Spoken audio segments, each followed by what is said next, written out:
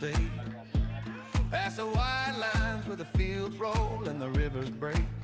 You'll find a four-way stop sign, a church on the corner, and a dairy bar.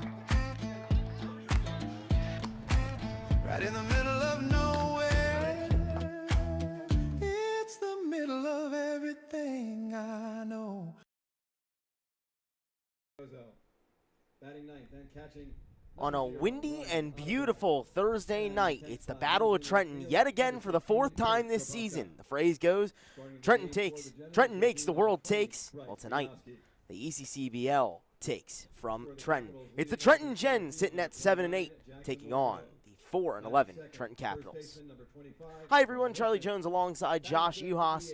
Happy to be here with you, live from Moody Park, right here on Jersey Baseball Nation, for the exact halfway point of the ECCBL regular season this year in 2026, where these two teams find themselves at opposite ends of the standings. The Generals at 7-8, fighting to be a part of that top of the pack in the Liberty Division, and the Capitals still trying to find their footing at 4-11 after a 7-6 loss last night. Josh, you were on the call for that game. Tell us a little bit about what that game was like for the Caps.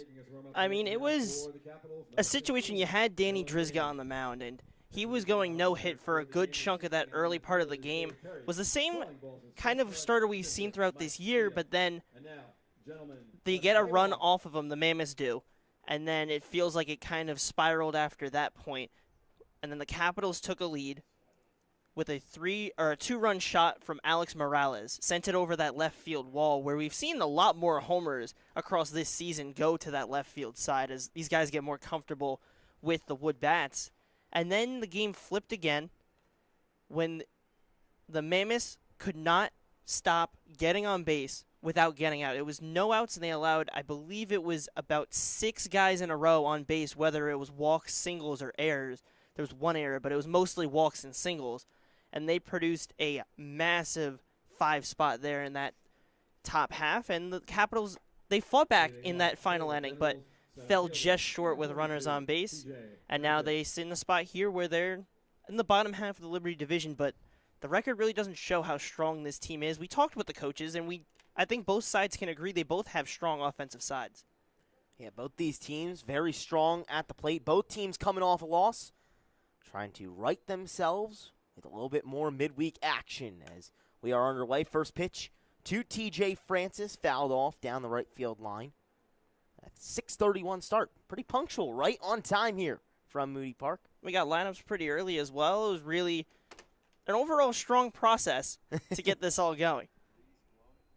Anytime that things go off without a hitch, more than happy. As the 0-1 grounded up the middle, finding a gap. And in towards center, TJ Francis, the leadoff man for the Gens, aboard with a single. Getting things started here for Moody Park. Hey, just a day off of a birthday. Yeah, had his birthday yesterday. Played some baseball as well as they lost 10-7 to the Kings. And back at it again today, a year older. Nice way to start off a new year for him, turning 18. First pitch to Carlton Crane, bunted down the third base line, but it trickles away foul. So Crane will have to end up back in the batter's box, and Francis back on first. Great time to give you the starting lineup for the Trenton Generals up to the plate right now. Well, you've already seen TJ Francis bat. He's playing center today. Carlton Crane at the plate right now. He is playing third base. Lucas Albert, one of the speediest players in the ECCBL, batting third and playing shortstop, and Jake Ruppel in the cleanup spot, batting fourth and playing first. And it's Lucas Melton out there in right, as that one just outside. Chris Galasso, the DH today, batting sixth. Chase Garrow, the extra hitter, batting seventh. TJ Magliozzo playing second base. He shifted around the infield a little bit. Out there at second today, batting eighth. Ryan Otterbury, the catcher for the Gens, batting ninth. And Kurt Kropufka out in left. Back in the lineup after a little bit of an absence. Rounding things out as TJ Francis able to swipe a bag. The throw from the catcher for the Caps, Cole Schulberg, popped right out of the hand off of the transfer. Barbash really never had a chance. Francis had good speed, but also never had a chance because he dropped the ball, came out on the transfer trying to throw it down. Yeah, you're spot on. Zach Barbash, who's actually in place of Cole Schulberg tonight. Schulberg played yesterday, but tonight it's Barbash behind the dish, was unable to make the clean transfer. Well, that pitch goes just outside, so the count now 3-1 with Francis on second base, and the Generals, who have had a hot offense all year, are already looking to capitalize on the Capitals. 3-1 downstairs. So it's a single and then a walk for Carlton Crane. First and second for the Gens. They'll bring up Lucas Albert. And Crane, despite having a 211 average, has done his job to get on base. A 333 on base coming into the day with 3 walks and a hit by pitch, and also a sac fly that has played into his role with this team. But already a quick talk to Dylan Gainey. It's 2 no-out base runners to lead out this game. Francis had a good read on it and knocked it up the middle, and then Crane puts together a really strong at-bat, sees it well, and didn't end up chasing. And it seemed like Gainey was trying to get that from Crane, and he just didn't allow him to do it. Now you have one of the most prolific bats in this league, and Lucas Albert stepping up, at least in the first half of this season. Yeah, Dylan Gainey will certainly have his hands full with Albert, who, regardless of how he ends up getting on, seems to just do a lot of damage when it comes to being on the base paths, but also a lot of damage at the plate, already having a very stellar season. Conference adjourned. Back to action. So Francis on second and Crane on first. No outs, scoreless ball game here in top 1. Number 1. Just a couple minutes deep. And the Generals are already with a chance to hop on the Caps. And if anyone is going to do it, it is Lucas Albert. 21 of 43, 488 batting average. And the on-base, even higher, 551, a slug of 628. Has an over 1,000 OPS. And we talk about the speed as well. Even after his at-bats, if he's able to get on base, he causes problems. But in a lefty-lefty matchup, we've seen Lucas Albert be composed, get power on his swings. So he's not wavered whether it's a righty or a lefty. As he cuts that one away, foul. Yeah, he's done a very nice job, regardless of who he's faced, when he's faced him, doubleheader, regular midweek action, doesn't matter. He has been outstanding for the Gens, and someone that Braden Meskill has been able to rely on in big spots often and early so far this season. Here's the 1-1 from Gainey. Kicks and fires. Just misses upstairs. Great take there from Lucas Albert, who is entrenched in this lefty-lefty matchup.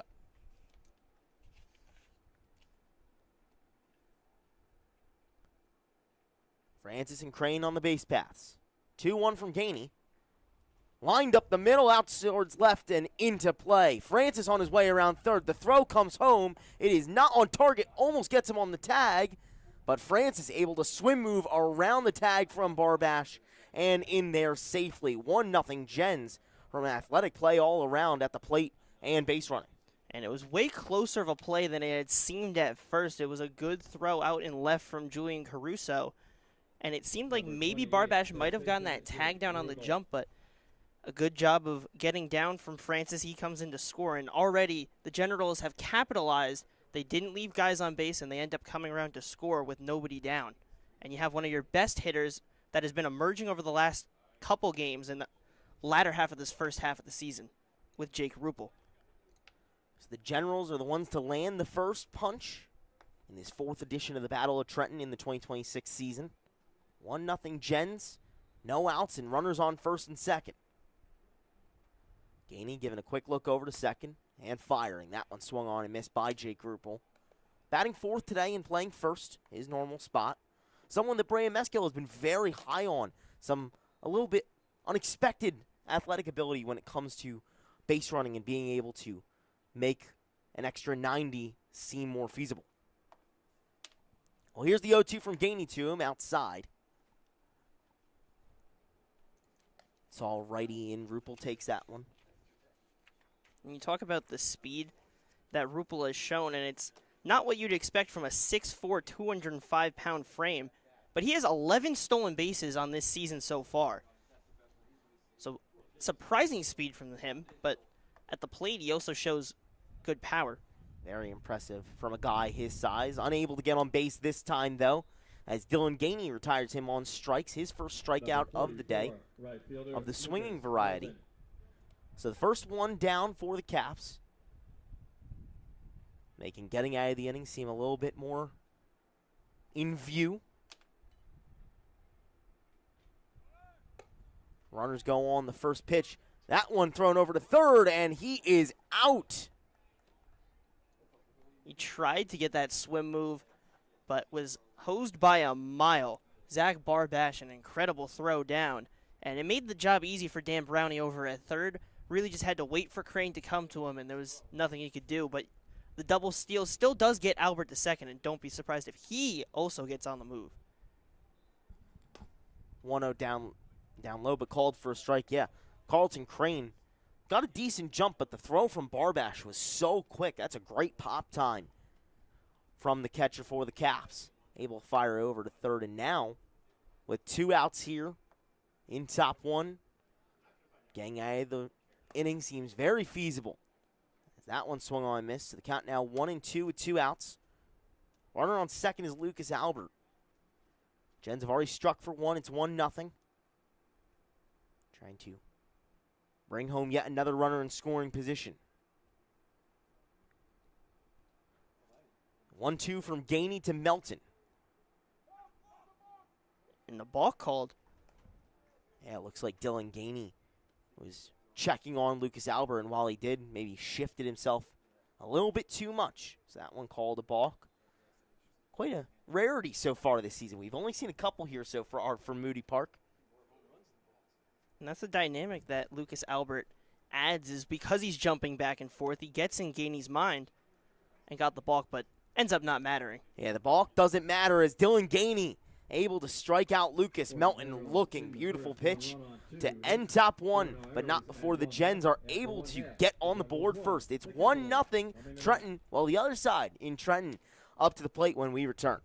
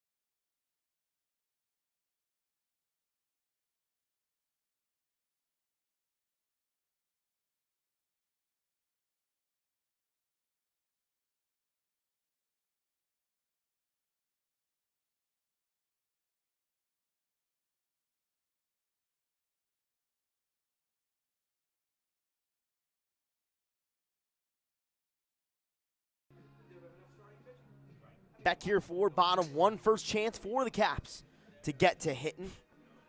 Lost last night to the Mercer Mammoths, 7-6. Were unable to mount that comeback after holding a 4-1 lead in the 8th. Just fell a little bit short with a chance to walk things off in the 9th, but unable to do so. Now looking for a win today, and it starts with the powerful lineup that they boast. It's Jackson Wargo leading things off as he steps up to the plate with his blue helmet and pink batting gloves, quite the combo. He is out in center today. Carl Wisman batting second and playing first. Chase Kowal, the extra hitter, batting third. Chris Salmon, the right fielder, cleaning things up. Zach Barbash, the catcher behind the dish, batting fifth. Joey Andres, the designated hitter, batting sixth.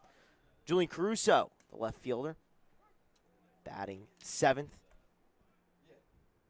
As the first pitch to Jackson Wargo, strike. Max Kleins batting eighth, the shortstop today for the Caps. Trevor Lingerfield, the second baseman, batting ninth. And then Ray Dan Brownie closing things out for that Trenton Caps lineup. You know, it's a playing bad third day. today. It's a bad at bat if you want to figure out what gender your child is. You got the blue and the pink. You really can't tell which one it is. We got a gender reveal here in the ECCBL. Why not? You know, love is in the air. And maybe, you know, channel the power of love. Yeah, exactly. Well, Power of Love met with the power in Jackson Wargo. Very strong here. Down in count 1-2 as he fouls that one away. Really hard. That one skips all the way back towards the fence past the batting cages here at Moody Park. Yeah, we've seen balls all around, whether it's baseballs sent into the fields. Even a basketball was on the field before. I was walking over from the basketball courts down to the field, and there's a basketball just sitting on the field. Don't know how it got there. You never know what you're going to get in Ewing as that one falls outside for Bryce Mioski, the starter for the Gens today. Hails from Ursinus.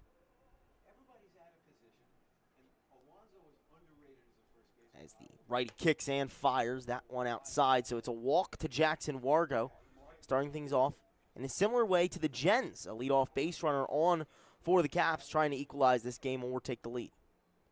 Number 15, And first baseman, the Carl thing that we Richmond. saw in the game yesterday was the Capitals and Mammoth seemed kind of lockstep together, where one team did something, the other had their bounce back. Unfortunately, the Caps in that cycle were on the losing end of it.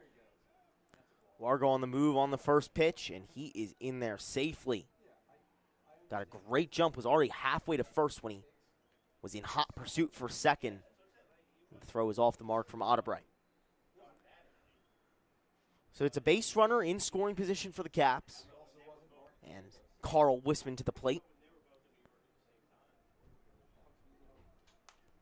As that one fouled out of play down the third base line. Wisman, interestingly enough, an intern just like ourselves for the ECCBL. He's been writing for the Jersey Baseball Nation Substack.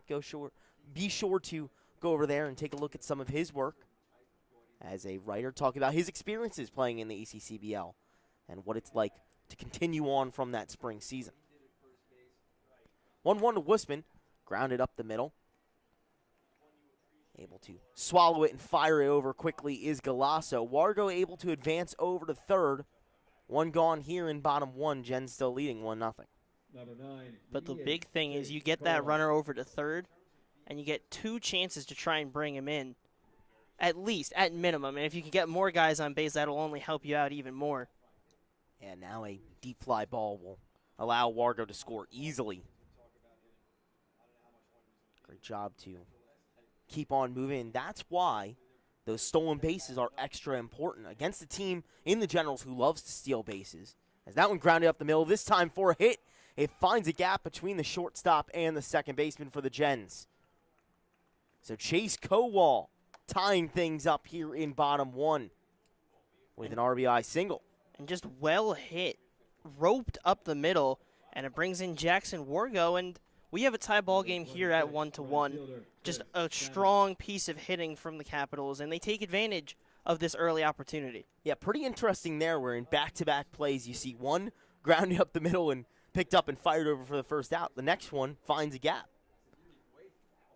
You never know with those grounders straight through the center field hole.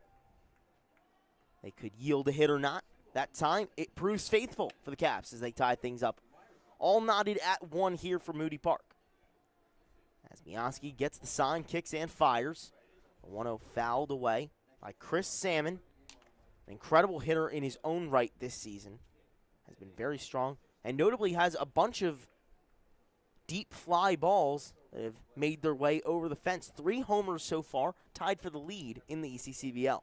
And the game yesterday, he was taking some big swings, so we know he has that power potential trying to bring it out. That one outside, no chance to swing for the fences there. So the count now 2-1 with 1 out.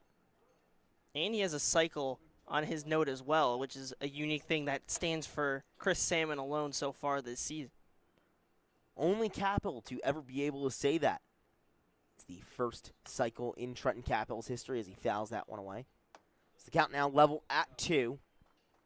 Yeah, Salmon has had an outstanding season. 15 games, batting .306, 13 RBI, 3 homers, 4 doubles, and 15 hits, as well as 10 walks. Has found his way on base a ton so far this season. go on first. Miaski kicks the 2-2. Fouled away. Sent high and away, but Salmon doing a good job today compared to yesterday where he kind of struggled to get that foul ball and extend the at-bat. Didn't have as long of at-bats as we've seen throughout this season from a batter like Chris Salmon, but we're seeing that adjustment here today. Gets in the 2-2 count, fouls one off against a solid pitcher in Bryce Miaski. 2-2 once again, this time taken for a ball outside. So Salmon waiting for his pitch. And Miaski has already allowed the one, trying to keep the damage very limited. One out with a base runner on first for the Caps. Full count pitch from Miaski. Swung on and missed by Salmon. First K of the day for Bryce Miaski as he sits down Salmon and sends him back into the dugout. 2 outs here in bottom one. Tied up at 1. And it'll bring up Zach Barbash, the catcher today for the Caps. Appearing for the 11th time this season. Trying to keep this inning alive and extend things for the red, white, and blue here in USA 250. Caps wearing some solid colors. First pitch from Miaski, fouled away by Barbash. And you know, like they have the U.S., it's like the U.S. versus the Dutch. The Dutch in that, you think of World Cups, like suits and everything, you got the orange that the Dutch usually run, and then you have the red, white, and blue that the United States run. Yeah, it's a perfect time of year for that, you know? And both reputable programs. Right here in World Cup action is that one out towards right by Barbash, and it is swallowed up easily by Lucas Melton for the third out, but not before the Caps are able to tie things up at 1-on-1 hit. All night up at Candlesticks as we head to top 2 in the Battle of Trenton, right here on Jersey Baseball Nation. The Generals won, the Capitals won.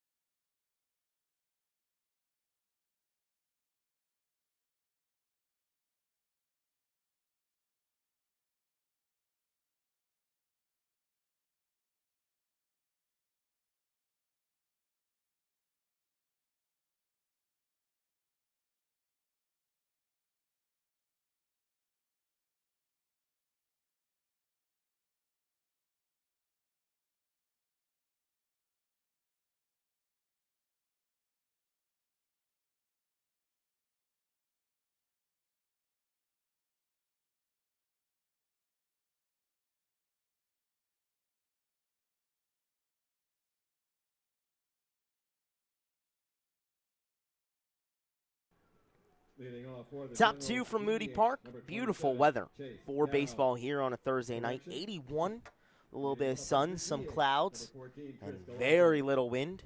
And it's nice. It's a nice breeze, and you can even feel it up here. And it's not too bad where in other games we've seen the harsh winds. This is very nice combo. No better night for baseball. And we're happy you are sticking around with us, Josh Yuhas, alongside myself, Charlie Jones. Happy to be bringing you some more ECCBL baseball. As that one in there for a strike on Chris Galasso, leading things off for the Gens in this inning. Dylan Gainey threw 19 pitches in the first, giving up 2 hits and a run. But, however, his offense able to tie things back up.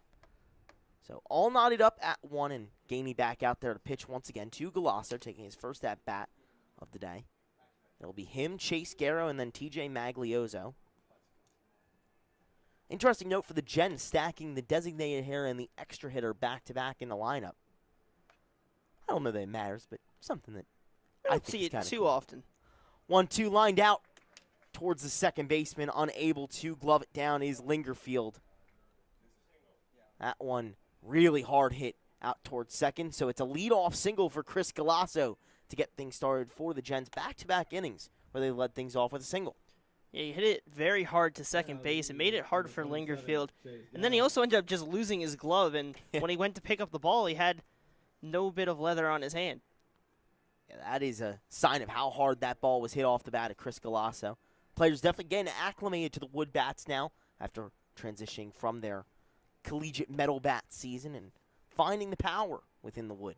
I would say halfway through the season, I think now we're going to see a shift in what these games look like, more polished identities from each side. As most teams have a lot of their guys back, there's still some that are missing a couple of guys sparingly, but for the most part, all the big guys are here. Yeah, for sure. Now these teams are working as well-oiled machines. They're starting to get to know each other. Something that Bray and Meskill actually mentioned, in the sense that a lot of these guys have not played with each other before. Some teams like the Mammoths, who bring in a lot of Mercer County Vikings, and the Capitals, who have returned a bunch of guys from last year, know each other a little bit. But the Gens, in their sense, they have been constructed in a way where a lot of these guys have not played with each other before, starting to learn the quirks of each other's games and figuring things out. Now it's shown that they have definitely figured it out. Have rebounded from a tough start, now 7-8 on the season. Another pickoff attempt, that one not in time, as Galasso has to make his way back to first. And Chase Garrow at the plate right now, down 0-2 in the count against Dylan Gainey. As the tall lefty for the Caps kicks and delivers. Strike 3 in there. Beautiful pitch. That one just sunk at the last moment and froze Chase Garrow. First strikeout looking today for Gainey, and third K of the day already through an inning and a third of work. Yeah, and we talked with Coach Pete Mueller, and he talked about how Gainey's not going to have a necessary pitch or inning limit. It's going to be however he's feeling. And he said specifically, whenever Gainey gets fatigued, and that is his limit. So we'll see how Gainey looks out here today. If he's looking strong, we could see extending out to maybe 5 or 6 innings. And if not, maybe most likely I would guess like 3 to 4, maybe stretch it to 5. Well, so far showing good stuff. Hoping to keep that up as he faces TJ Magliozzo right here and drops that one in there for a strike. Magliozzo, a Notre Dame high school product, alongside one of the ECCBL's own here in the booth. Yeah? Quite the jokester, great personality, someone that Brian Meskill has loved getting to know and start to understand. A Notre Dame grad himself in Brian Meskill, and they've talked about that a little bit and talked about how fun it is to participate in some summer baseball and learn things about each other. For Meskill, especially learning about being a manager, something very new to him. And it's a lot of learning when to bring guys in, when to not. And going back to before, I feel like I'm very close to this person right now in proximity of the guy you were describing beforehand. I'm just not sure. You might be a little bit right. I feel Notre like Dame. they could be to my left, just possibly. I cannot say that I have the exact baseball ability that TJ Magliozzo does, as he's in a 2-2 count at the plate right now, but we did graduate together at Notre Dame High School. And strike 3 in there to him. Gainey already with 4 Ks today. I was going to say I've learned a lot from TJ Magliozzo as we had many classes together. Number 0, Hey, Ryan. I've learned how strong of a baseball player and athlete he is. Unable to come up with anything there, but quite the personality and quite an interesting guy to get to know. Really strong athlete as well. Well, 2 outs here in top 2. As the first pitch outside to Ryan Otterbray, catcher for the Gens today, making his 5th appearance of the season. So far hitless, still trying to find that first base knock of the year. Another pickoff attempt, and this time they get Galasso. Wow. It was the 3rd pickoff attempt in the last 2 batters, And for good reason, Chris Galasso unable to make it back safely to first base. And that leadoff single is stranded. Gens come up empty in top 2. Let's see if the Caps can take their first lead of the day. 1-1 as we head to bottom 2 when we return.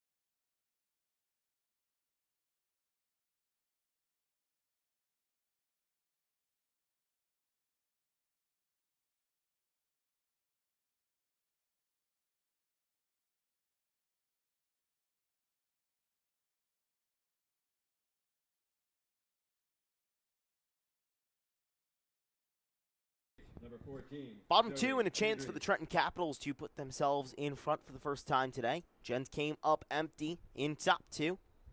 And here in the home half, it's Joey Andres leading things off and taking the first pitch for a ball. And again for the Gens in that last half inning, and just the first 2 innings as a whole, is losing base runners. It's a problem that even Coach Braden Meskill has talked about, where they get guys on base, but they're losing them with Crane getting caught stealing on the double steal in the first, and then you get picked off at first when you're Galasso, and you lose 2 base runners that could have been helpful to try and challenge the Capitals. That one popped up a mile high. It barely stays fair, and it's picked up out of the air by the shortstop, Lucas Albert. First out gone, and the Gens already back to rolling. Bryce Mioski, that one his 22nd pitch of the day. Had a relatively strong first inning, only gave up the 1 run. Only gave up 1 hit as well in the process, and through 12 strikes, already off to a solid start. 1's across the line for Mioski. 1 in the 3rd innings pitched, 1 hit, 1 earned run, 1 walk, 1 strikeout. As that one first pitch grounded to the shortstop Albert and fired over to first. As the first 2 balls have come Lucas Albert's way, and he's handled them well. 2 outs already gone here in bottom 2. Yeah, routine grounder, but he does have to move in and contort his body just a little bit with how that ball ended up trailing a bit away from the base, so he couldn't get that full momentum in, but still makes the adjustment, adjusts his body, and gets a good throw down to first, and you have 2 quick outs. Max Klein steps into the box and fouls the first pitch away.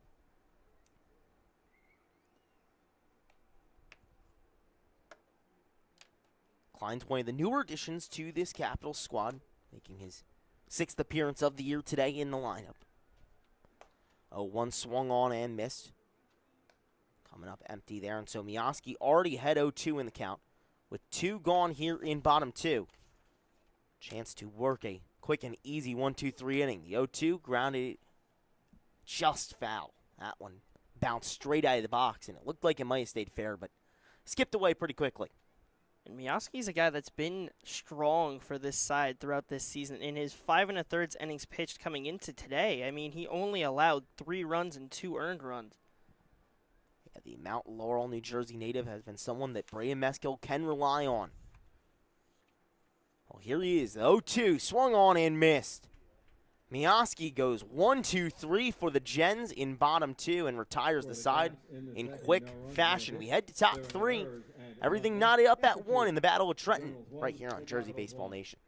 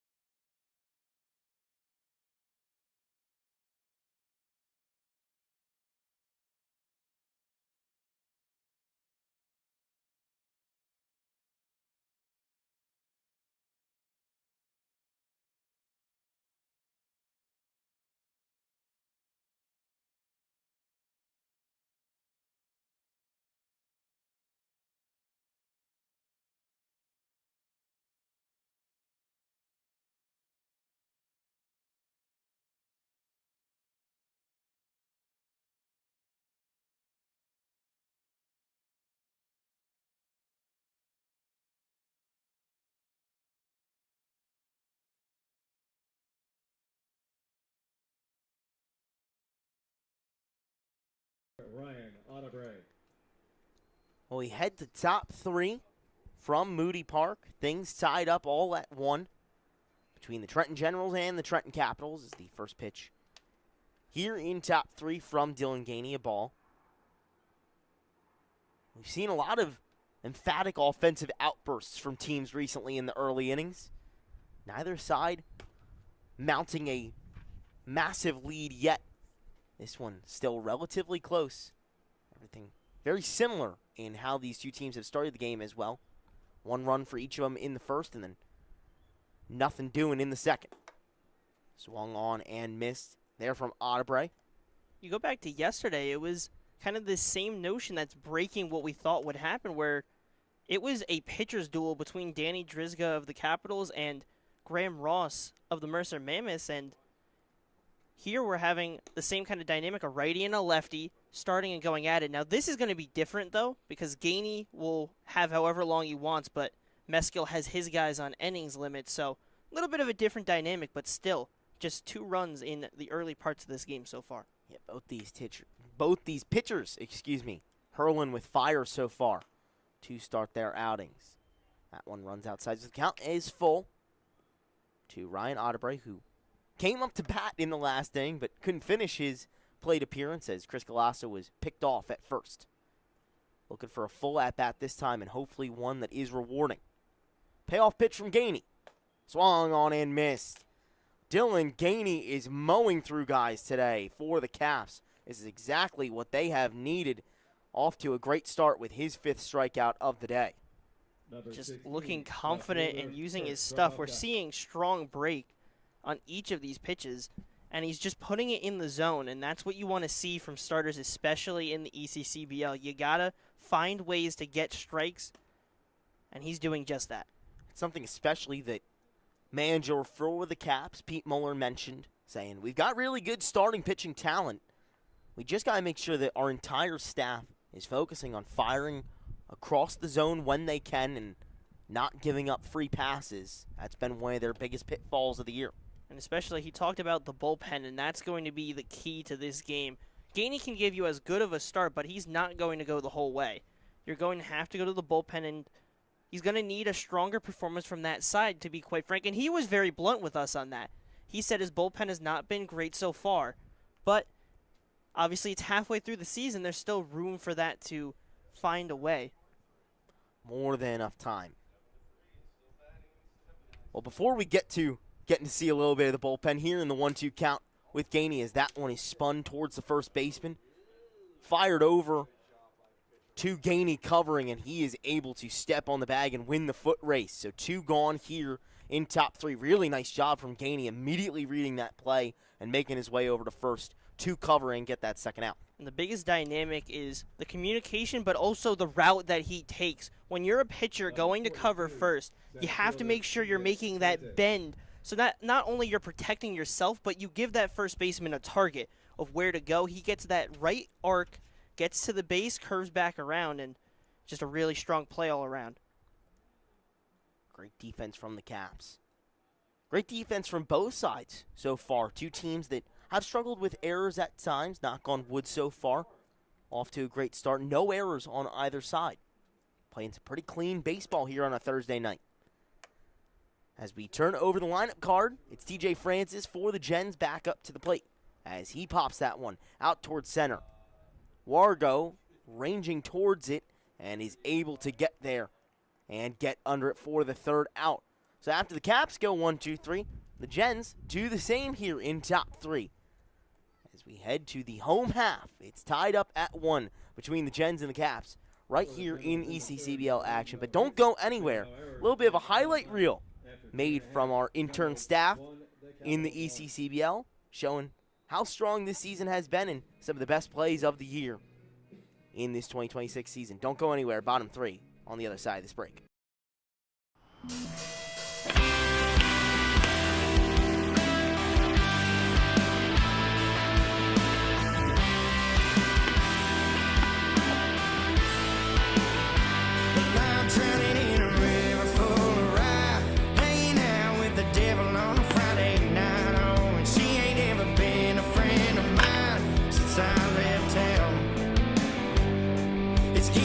Sleep in that old bed. I never forget a damn word you said. Say it's over, we're done, we're finished. Go on and get out. I get out. And my heart beats sounding like rain on the rooftops, dancing with a slut in a red and black tube top. Go for a ride and baby, it won't stop there. And I'm headed for the cool sun with the moonlight and spots glowing.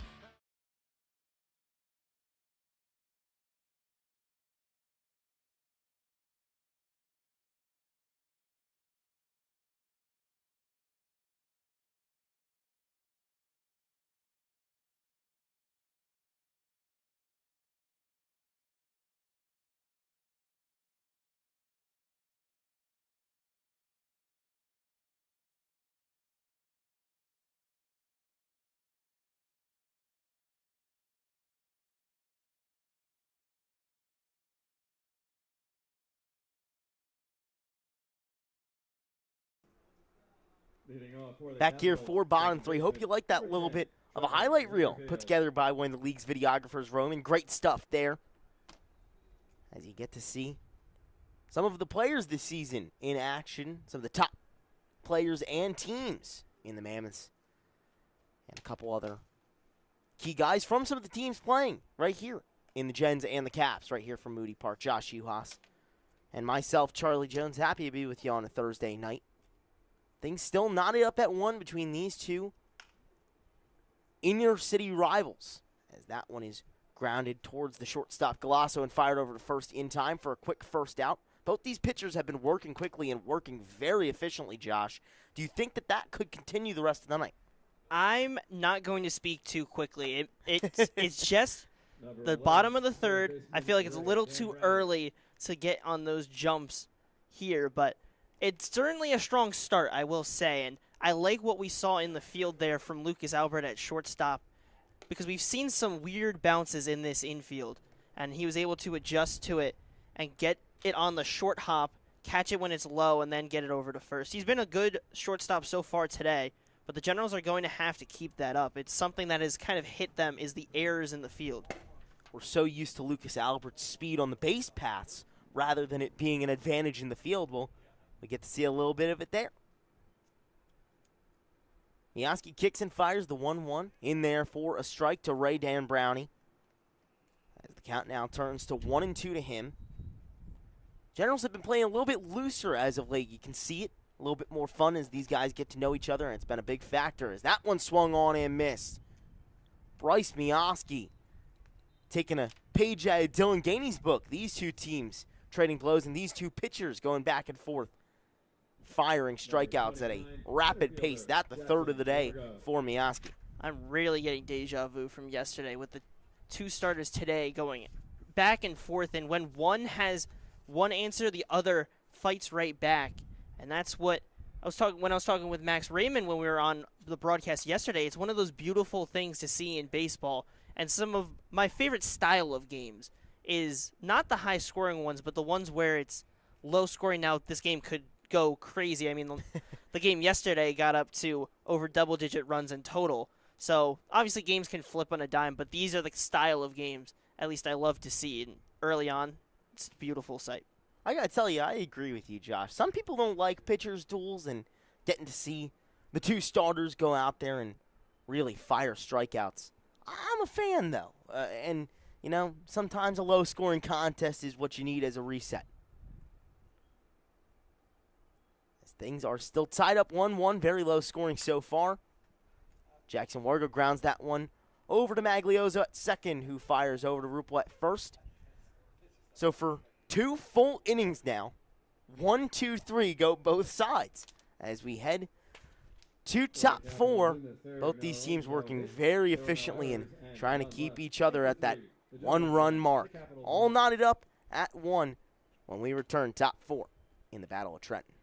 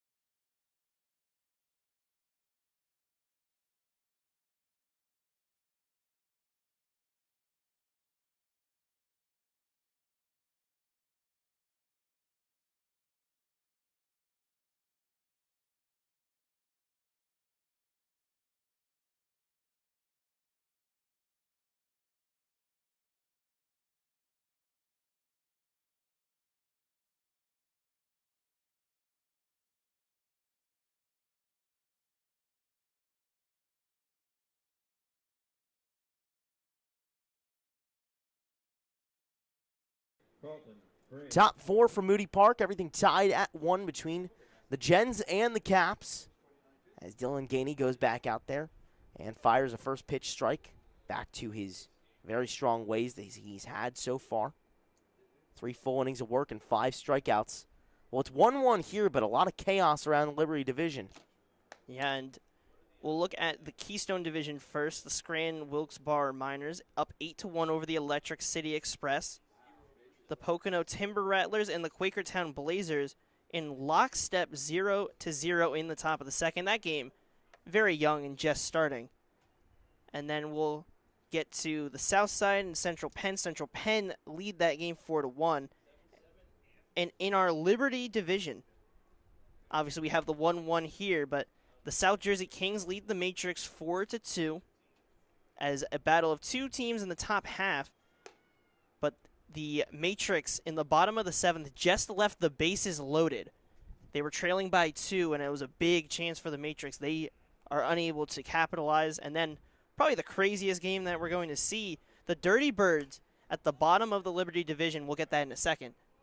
As that one popped out towards short and collected for the first out, so Carlton Crane is retired.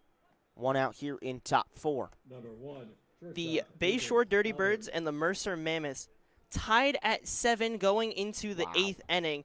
The Bayshore Dirty Birds did just strand 2 runners on, but that game is tied between the top end in the Mercer Mammoths, who are first, versus the last place team in the Bayshore Dirty Birds, lockstep at 7. Quite surprising stuff, as a couple of the top teams in this Liberty division on upset alert. And you know how those standings can shift on a dime.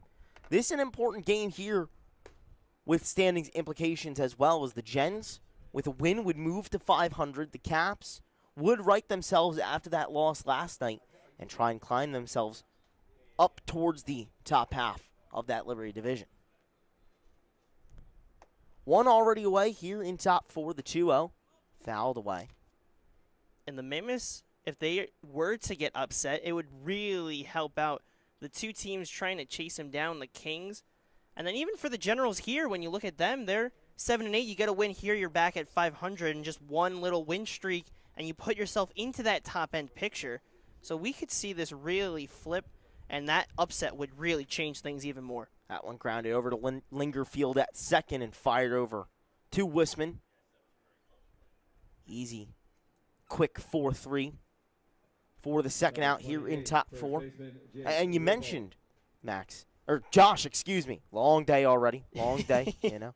I'm blessed to have two great broadcast partners, though not great eyes to be able to tell them apart. You mentioned that with the Gens, this game could very much matter with the Mammoths. They started 1-4 on the year and have really climbed out of that deficit when it comes to the record. Now finding themselves at 7-8. Every game that those top 3 teams in the Liberty division drops matters. And you have this game against the Capitals where it's a team that you have good history with, but then you have your most crucial stretch, because upcoming you have a doubleheader with the Kings on Saturday. You play the Mammoths on Tuesday, and then you play the Kings on the 7th. It just keeps on going with these top teams that they're going to have to face. And they're going to have to pull out those wins. If they want to be one of the top teams, you have to beat the best. And that's going to be their chance to prove it. If they can play their best game right here and build momentum, it'll only help them if they want to fight for the Liberty division. Yeah, for sure. They just lost to the Kings 10-7 last night. But the next 5 games are against those top 2 teams in the Liberty division, in the Kings and Mammoths.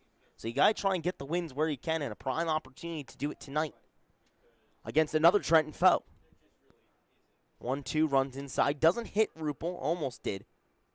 But it just misses. So the count now level at 2. He's worked it back from 0-2. No base runners for the Gens so far this inning. Still tied at 1-1. The 2-2 pitch down low.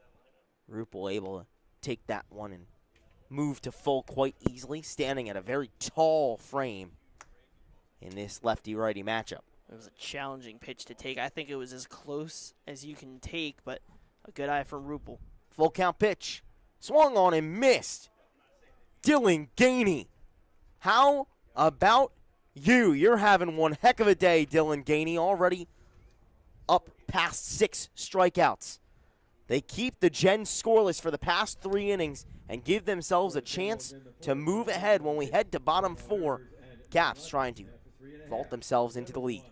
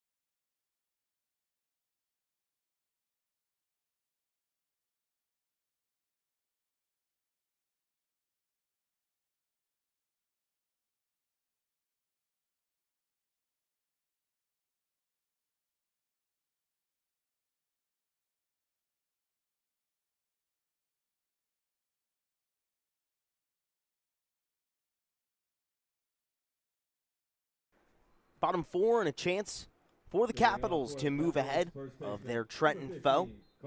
It's the Gens 1 and the Caps 1 here in the home half of the 4th. And Bryce Mioski back out there again as he fires a first pitch ball. A little bit of a surprise, Josh. We talked with Brandon Meskill, and he mentioned that he might be on an innings limit. Instead, choosing to surpass that and keep him going after the strong start to the day for him. And it's not an active thrower in the bullpen, so they're letting this be Mioski's at least start. We see 2 guys sitting around by the bullpen, but not throwing right now. So it's Mioski's game for this inning at least. Coming into this inning, he had only thrown 37 pitches. So it's very fair for him to stick around. He's been outstanding so far. Gave up that 1 run in the first, but since then hasn't allowed a hit or a base runner.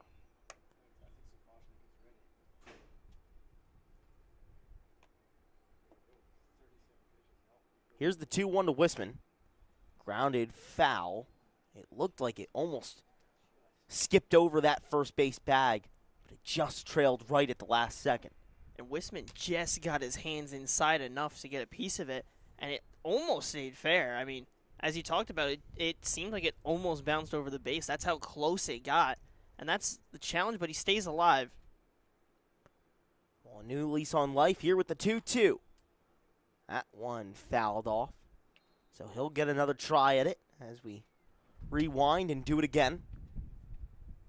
Count still level at 2 with no outs, no base runners, and a 1-1 ball game here in bottom 4. Mioski shakes off Audebray behind home plate. Likes the pitch, kicks and fires. The 2-2 popped up past the infield out towards left. Kropufka ranging to it and able to make the play. Great communication out there in the field for Braden Meskill's team to get that first out here in bottom 4. Yeah, and Kropufka took control of that one early, and rightfully so, because we've seen at this field where the shortstop's running back, the third baseman's running back, the left fielder's running in, and it's not communicated who's going for it, and then sometimes the guy who's supposed to get the ball doesn't end up near it, gets called off, but he does a good job making sure that him, Crane, and Albert are all on the same page. Already with 1 away. That's the first pitch to Chase Kowal. A strike. Kowal with the second at-bat of the day. Has the lone hit for the Capitals so far. On that RBI single that drove home a runner and tied things up at 1 after going down 1-0 to the Gens after the away half of the first. And they made sure that they got that response really quickly. The Gens got multiple guys on base to start the game. You got Francis and Crane both on, and then Albert got on as well. And the fact they limited that inning to only 1 run allowed them in the bottom half to do the same back where they get 2 on and then bring a guy in. That one grounded over to first and tossed over to Mioski. Great stop by Jake Ruppel, as that was a hard ground ball. Got down on 1 knee to stop it. Was unable to pick it up quickly, but got it over to Mioski just in time to get that second out. Great play all around. And again, it's the work from the infield. This time on the opposite side, we had seen Gainey work well to make his route to the base. Mioski does the same, and going back to Ruppel, even he made a great stop over there to make sure that play happened. The defense so far is showing out. And you just mentioned how the offenses kind of mirrored each other and took a page out of each other's books, tying things up at 1 after the first. Both these pitchers have been doing the same. Mioski so far with 3 strikeouts, Gainey with 6, but neither of them have allowed a run past that first inning.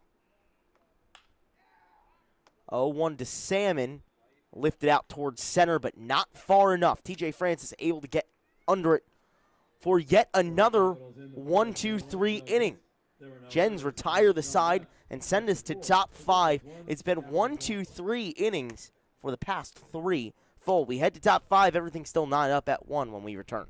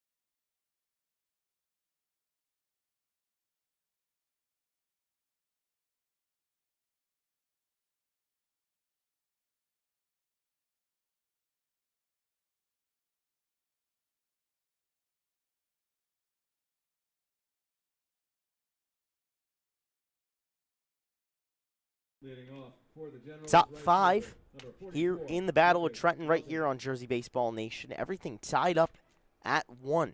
These two teams traded blows in the first inning, but since then have held each other scoreless. As the Gens try and find some offensive momentum. Beautiful pitch there from Dylan Gainey. Melton was looking for a fastball. Yeah, It's not there. I'm going to guess he definitely was, as he was way ahead of that one. Good call, Josh. That one grounded foul down the first base line. So Dylan Gainey already ahead in the count, 0-2. He's been working quickly and working very economically today, dispatching of batters by way of the K, but also forcing some key ground balls. Yeah, and it's also just trusting your defense. And they've gotten a couple of outs, whether it's to second, whether it's to the pitcher, all working together to make sure that they're getting those routine plays. And just trying to get those easy outs. You don't want to turn an easy out into something that's difficult. That's something that both of these Trenton teams have kind of struggled with, is the timing of when they're making their errors and when they're making their mistakes. They'll look strong for a good chunk of games, but then they'll have one crucial error. You have to ensure you avoid that, especially in a game where we're seeing these two sides lockstepped at 1, 2 starters that just continue to have an answer for what the other's doing, and almost mirroring, as we were talking about before in the broadcast, just mirroring each other. 1-2 delivery from Gainey, lifted out towards right. That one is trailing it. That one is gone! Lucas Melton lifts the Generals ahead. It's 2-1 Trenton with a big long fly out towards right.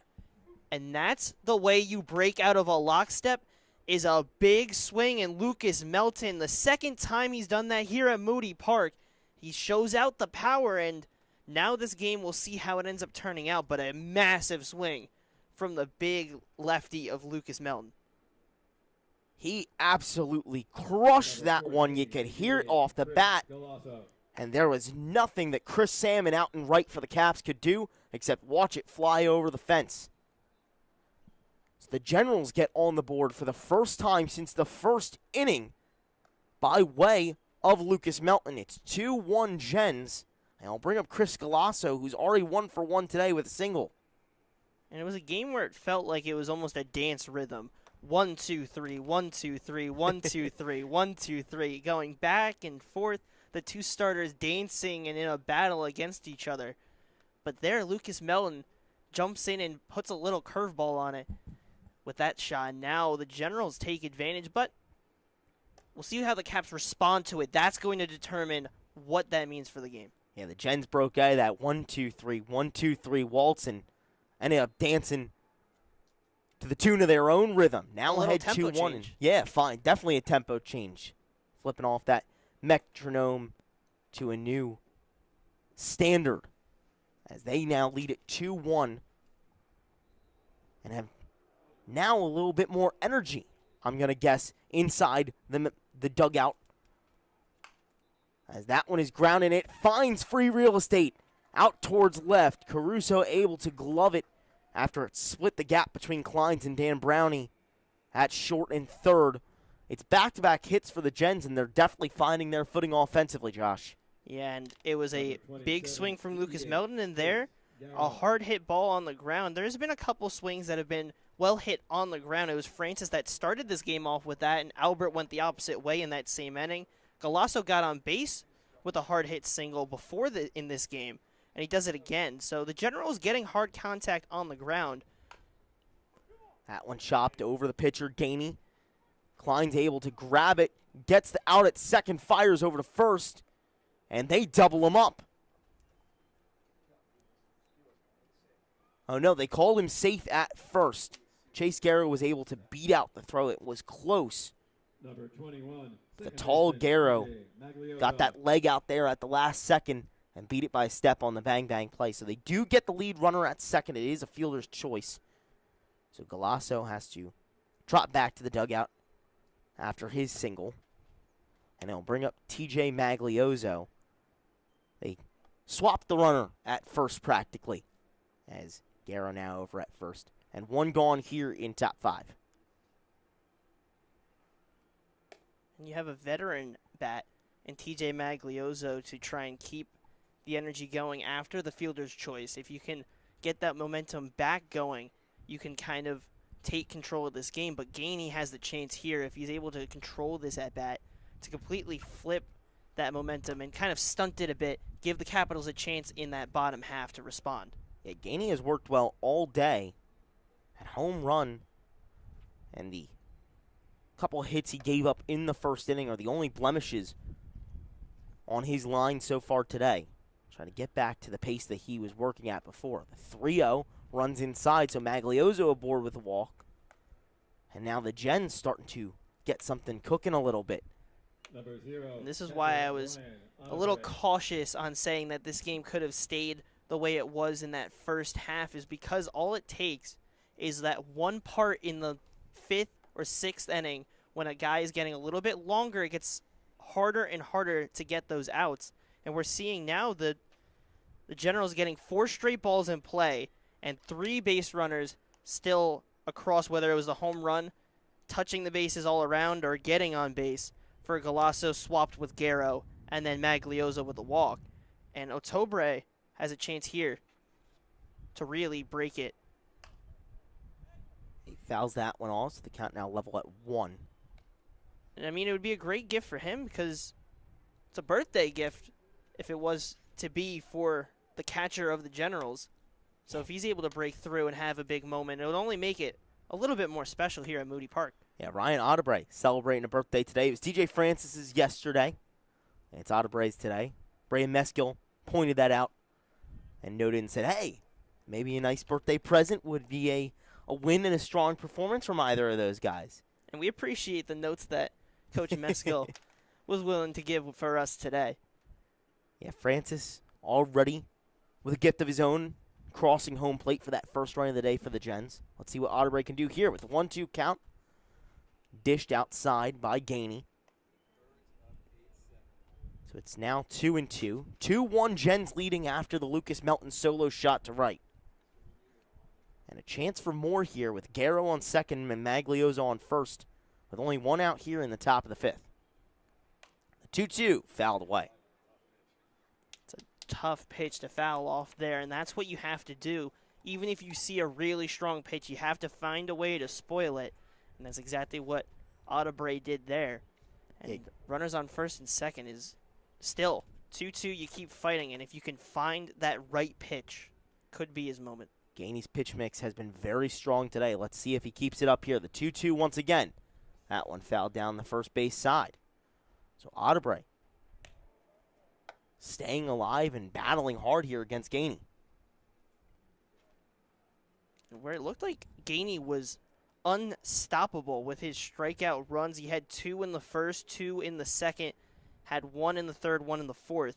Now they're starting to really see him well in those second and third runs of the lineup, and they're just trying to find that big swing. That's something the Generals have struggled across this season to find. If they, in this second half they can find that timely hitting, that's what's going to change this Generals team from a middle-of-the-pack 500 team to that top competitor, especially when you're coming up against the Kings and Mammoths coming up. You have to find that, especially the Mammoths. The Mammoths is a team that always finds ways to win. The Generals want to kind of establish that identity with this team as a second half part. That's what makes a good team great. Another chance for offensive firepower here as well. The 2-2 once again to Otobre. Struck out swinging. Dylan Gainey gets rid of the pesky Otobre in that battle and wins the war eventually. His 7th strikeout of the day for Gainey, as Otobre went down swinging on that beautiful breaking ball that just stayed low the entire time and fooled him after heater after heater after heater. So it's still first and second for the Gens, as that one runs outside for the first pitch of the at-bat to Kurt Kropufka.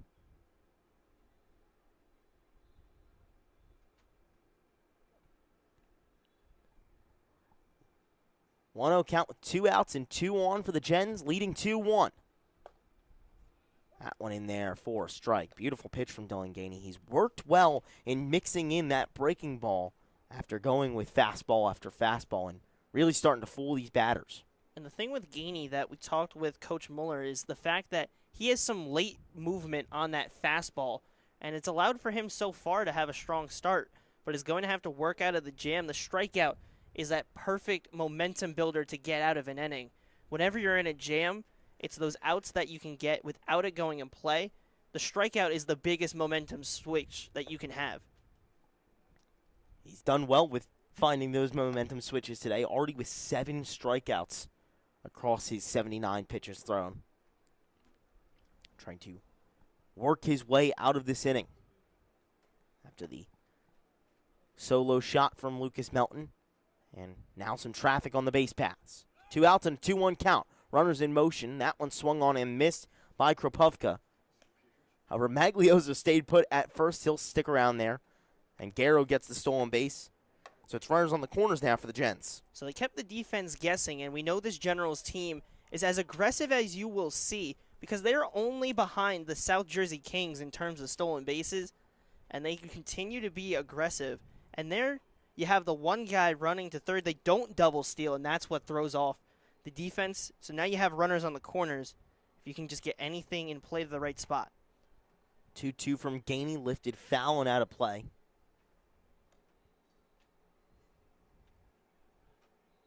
Trying to bring home that runner, only 90 feet away from home plate. It's Garrow at third and Maglioso at first. With Kropofka at the plate here in a 2-2 count with 2 outs. Gainey kicks and fires. That one lifted foul down the first base line. And they hit a car. Oh, boy. Oh, boy. It's finally happened. First time this season that a car has been hit in the parking lot. Luckily, I'm not parked in that section. I'm over more towards the basketball court parking lot, so mine's safe, but hopefully whoever's car over there is fine. A little bit of a souvenir that they're going to have to bring back and a little bit of a pain for their car. 2-2 lifted into the gap in left field. That'll bring home 1 run. Kropofka on his way towards second. Maglioso in safely at third. The throw goes to second, and it's not in time. It's an RBI double for Kurt Kropofka, and the Gens extend on their lead. It's 3-1 Trenton here in top 5. A massive swing from Kropofka. Got a good piece of it into that gap, and then it was a good try out there in center from Wargo to try and get the runner of Kropofka at second, but there was a little of a pump fake. He considered throwing home, but saw Maglioso was not going to run there, and then had to throw it to second. But by the time he made the decision to go there, Kropofka was already sliding in with his foot up, and now it gets even more dangerous. You head to the top of the lineup, and we will see a little bit of a change. Yeah, that's going to do it for Dylan Gainey's day. He allows the 2 runs here in the 5th, which send him to the dugout. New arm out there for the Caps. We'll tell you all about him when we return. Gens with the chance to strike for more here in top 5.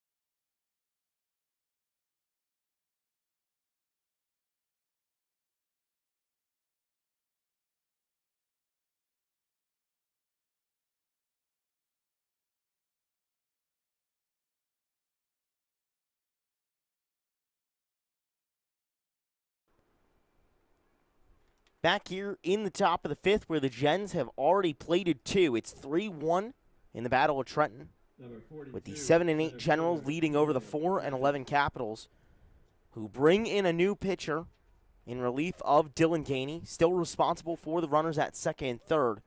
But now it's Evan Sabo's job to try and get out of the inning, as that one is popped up out towards left. Caruso ranging to it. He cannot get to it. 1 run is home. Yet another will cross the plate. It's a 2 RBI single for TJ Francis, and the damage keeps on extending for the Generals here in the top of the fifth.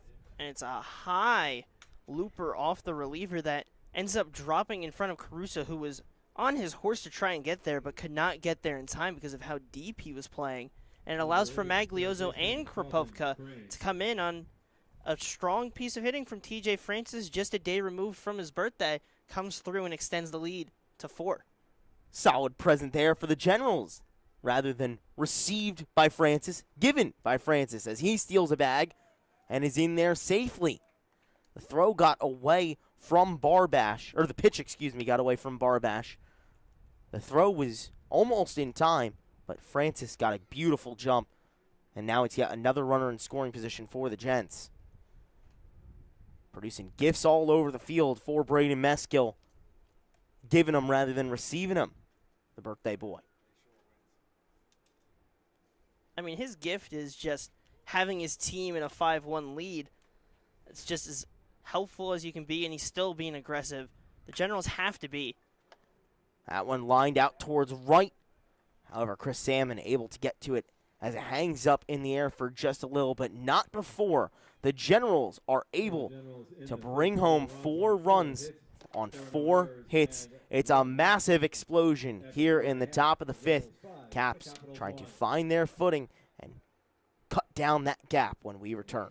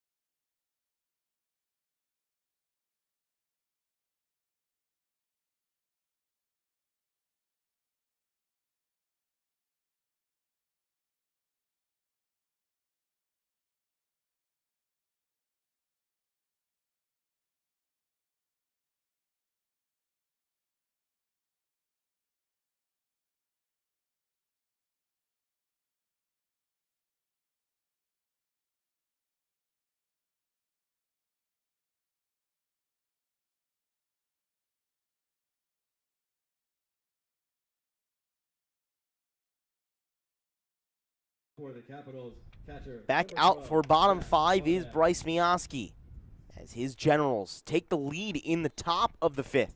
It's 5-1 Gens over the Caps now. And now it's time for the red, white, and blue to try and respond in this Battle of Trenton. First pitch from Mioski of the inning. Upstairs, that one the 49th of his appearance. We spoke with Brian Meskill, and he said that Mioski was most likely only going to go 3 innings. Seems like it's a change of plans here. We might end up seeing an extra 3. And with how strong he's been so far, can you blame the first-year manager in Brian Meskill? Bryce Mioski has been generating outs at a rapid pace as he just crosses the 50-pitch mark through 4 full innings of work. 1-1 runs inside on Zach Barbash, 0 for 1 today as he flew out towards right field. We talked about how important this game is to be able to pull a game that you feel you're confident that you can win because of your history with the Capitals this season. And because of that, they're going to keep Mioski in. And I'm curious if we were to ask him post-game Was that a decision because of how Miyaski's been pitching that he's able to do it, or because his pitch count is low? Like, there's two dynamics that could be at play. They have had Safashnik warming up for at least a bit. They had him stretch and throw, and then they had him sit down and then have him throw again.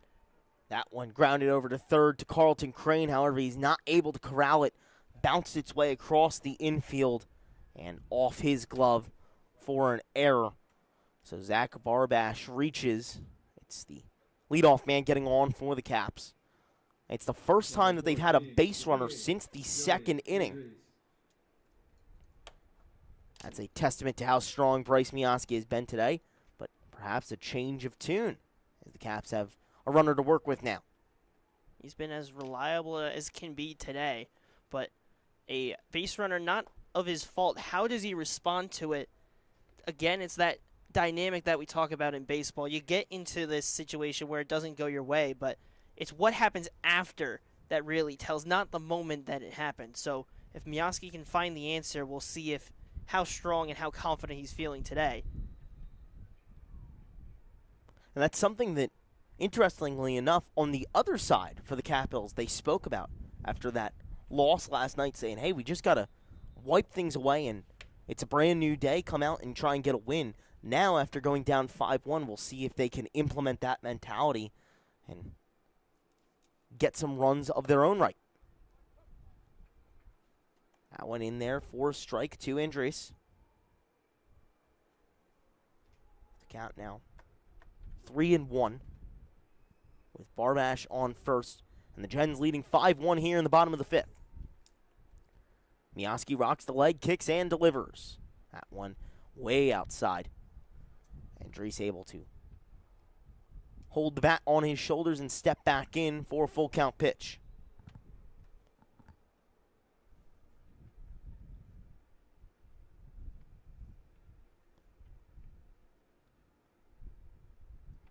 Miyaski delivers outside. Actually, it wasn't a full count. So yeah, it moves to full now. There we go.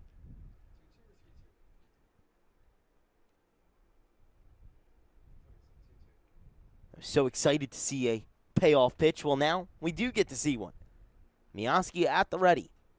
Comes home with the full count pitch. That one swung on. They'll say that Joey Andres was not able to hold up with the check swing as it crossed home plate at the head level for yet another strikeout. Fourth of the day for Bryce Miyaski in the first out of the bottom of the fifth. Yeah, when I saw that one, I felt it was one you had to appeal immediately. Had the bat, and you could see the plane of it as he held it. It was just that bit too far, got him fooled, and Miyaski gets a strikeout after the error that allowed the base runner. So a perfect response to at least start out trying to get out of this inning. Trying to keep that 4-run lead. The Generals established in the away half of the fifth intact. 0-1 just low. Held off on by Caruso, 0 for 1 today with a ground out to the shortstop, Lucas Albert.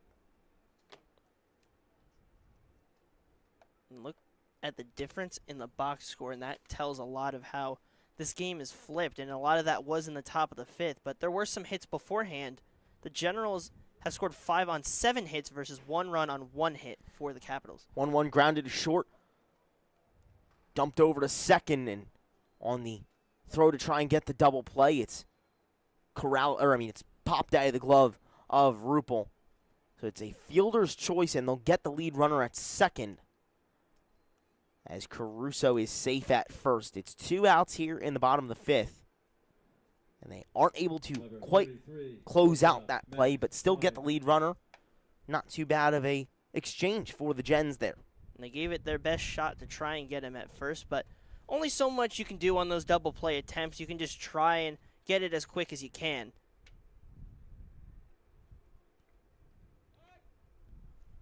Pick-off attempt to try and get Caruso. We've already seen one successful pick-off today as Chris Galasso was unable to make it safely back to the bag after 3 pick-off attempts on him. And then they ended up succeeding after a little bit later when they got Galasso. So we've seen both sides try the pick-off attempts quite frequently. And I'm not surprised, especially when the Generals are on base, but also for the Generals on the mound. With how Miyaski's working, you want to limit the base runners so that the Capitals can't build that momentum up. Try and catch him sleeping any chance he can. 0-1 lined over the head of the shortstop, Albert. Great hit there from Max Kleins. And Julian Caruso able to advance his way to third. Really nice hard hit ball to the outfield. Gives runners on the corners with 2 outs for the Caps. And this is your chance, if you're the Capitals, to chip away at what you had with that top of the 5th where you allowed 4. If you can bring in 1, maybe start a rally and get 2 or 3, that will really help the Capitals stay in this game so that when you get to the 7th, 8th, and 9th, you're not fighting as hard. Last batter of the second time through the order for the Capitals is Trevor Lingerfield at the plate now. 0 for 1 today with a ground out. Fouled away the first pitch. Trying to drive home a run or 2 and cut down that gap that the Gens established in the top of the 5th.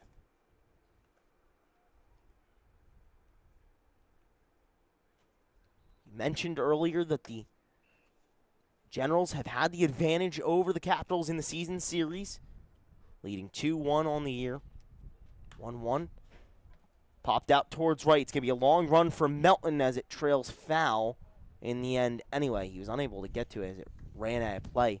The wind for just a moment there, blowing pretty hard left to right and pushing that one over the out-of-play fence. Yeah, it picked up quite a bit there. And we look back at the history between these two teams this season. June 2nd was a 6-5 win for the Generals. When they played a doubleheader, it was a 11-1 win for the Capitals. But then the Gens won the second of that. So a little bit of back and forth between these teams, but the Gens still hold that momentum. 1-2 from Miyaski in there for strike 3.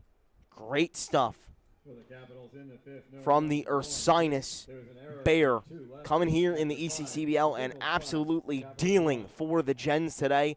5 full innings of work and 5 strikeouts to boot. Gens leading 5-1 as the Caps strand 2 runners. Top 6 when we return on Jersey Baseball Nation.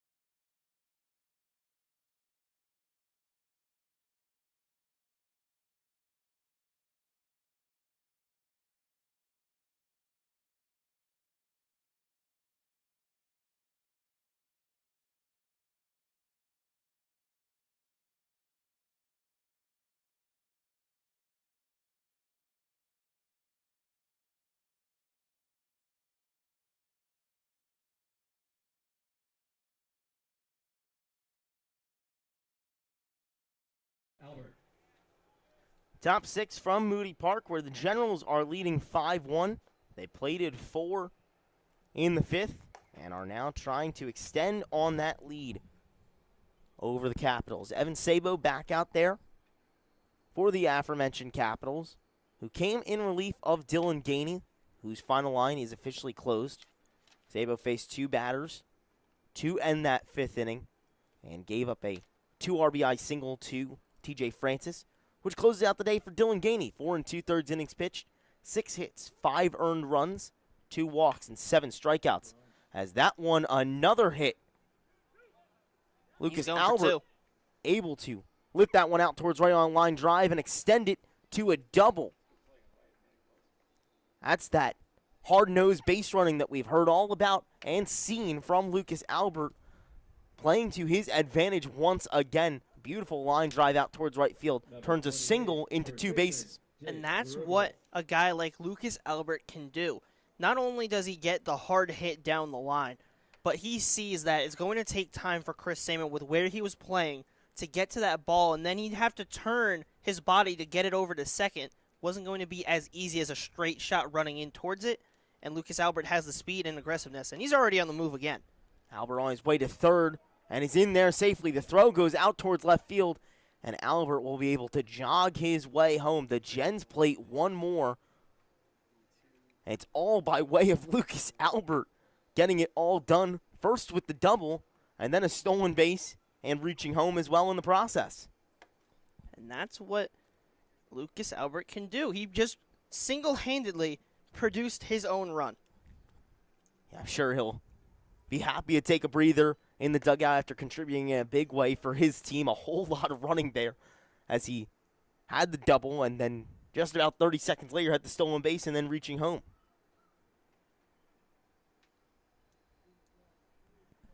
The air reach charge to Zach Barbash as the throw was way out towards left field. And Jake Ruppel at the plate trying to keep the momentum rolling and rolling and rolling for the Gens. Already leading 6-1, and they've plated runs now in back-to-back innings. And Ruppel is a guy that really feels like he's due in this game because he struck out twice and has been on such a strong run of momentum where he's gotten his average and his on base and all of his RBI totals all the way up, and even his walk totals up. So he's worked his way into the top end of this team, and he's in that cleanup spot. Yeah, Ruppel has done a nice job all season with a .405 batting average. Was our Ficarra's Auto Collision player of the game the last time the Gens were here at Moody Park. Well, here's the full count to him. That one runs outside, so it's a walk for Jake Ruppel, and he gets on base for the first time today. Everything is turning up Gens right now, Josh. It's just a complete flip, and that's what Miyaski's inning really shows how this game flipped. You have the 4 runs, but you're able to stunt what happens after. It's similar to what we saw yesterday when it was Giovanni Hallahan coming in the bottom of the 8th after some runs were scored for the Mammoths. He made sure he pitched a scoreless frame, and then the Mammoths went on to win that game, and they got the insurance run right after that allowed them to win that game by 1. And here, you get that 4 runs, but then Miyaski makes sure that the Capitals don't have a response, and they're going to have to produce 5 runs in these next couple innings. Yeah, time already dwindling as we're into the later stages of this game. And that offensive spark was lit by the man at the plate right now in Lucas Melton, who last time up had that single shot to right field. Now with Ruppel on first and no outs, and the Gens leading 6-1, what can he do this time? Sabo at the ready, the 1-1 upstairs on Melton. So now 2-1.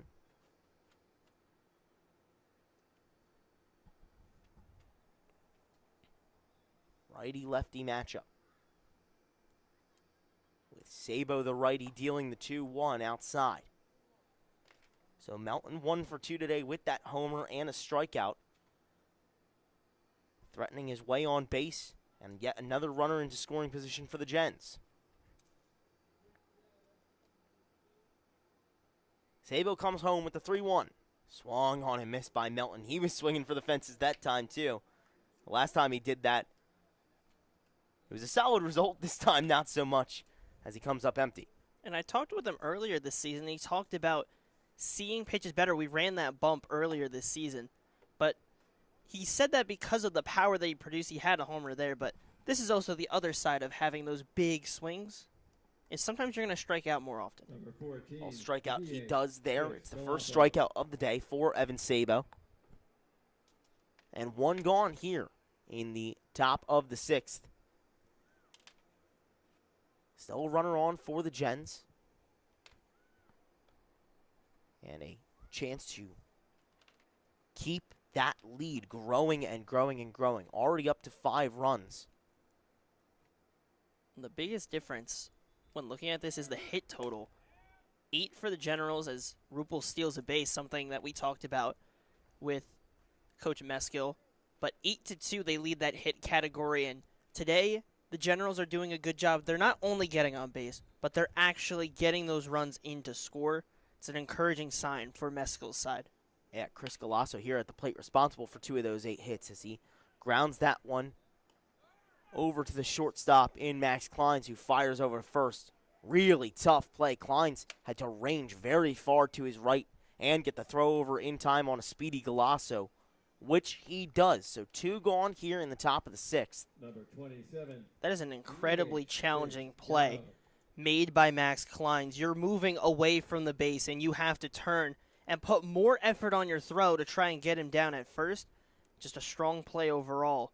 And the defense has been strong, I'd say, for both sides. Only 1 error for both at Moody Park, where we know the field can get a little bit weird in the way it bounces. Yeah, it definitely can. In pretty darn good condition today, as only a couple weird Moody hops You know, we asked Meskill reared their ugly head about doing the groundskeeping, managing, and being a player. So he's done a lot of groundskeeping. If you're here ever at Moody Park before a Gens game, you're most likely going to see Braden Meskill out there doing work on the field. Yeah, the next time you see a highlight reel on Jersey Baseball Nation, it's going to be of the great groundskeeping skills of Braden Meskill. 0-2 to Chase Garrow. Fouled away out of play. Just one of those TikTok edits of Braden Meskill doing the field, and then we'll see what other coaches, what other dynamics they have that you could put edits together. Yeah, he's raising the bar. Now everyone He's else setting is the going to have standard to. here. Yeah, in his first year, doing it all. 0-2 to Garrow, fouled away once again. Yeah, Meskill, as we mentioned already, the groundskeeper, but also the third base coach for the Gens, the manager, has played for the Capitals last year and has been around the league for a while. You can see how much he truly loves it, and you can see how much he truly loves his new role as Chase Garrow grounds that one out towards center. Rupel on his way around third. The throw is held up as Wargo gloves that ball instead of firing it towards home. It's an RBI single for Chase Garrow, and the Gens extend things even further. It's 7-1 in the Battle of Trenton with the orange and white leading. And that's a good piece of hitting from Chase Garrow.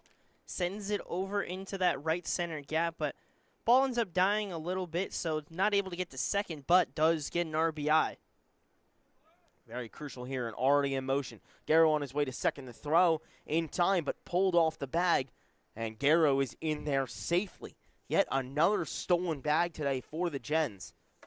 It's one of the aspects of the game that they seem to love the most and utilize the most coming to fruition. Yeah, they're second overall in the league in stolen bases and second overall in the Liberty division, only behind Tyler Kimmick, who set a goal of getting 100 stolen bases. He's well on his way to try and get that. And that's also a fun dynamic with this league is Kimmick and Meskill. Meskill has some of Kimmick's guys in college at Penn State Abington that are on his team, so Kimmick and Meskill a little bit intertwined. Yeah, they've talked at length as Tyler Kimmick, the assistant coach, as Josh mentioned, at PSU Abington.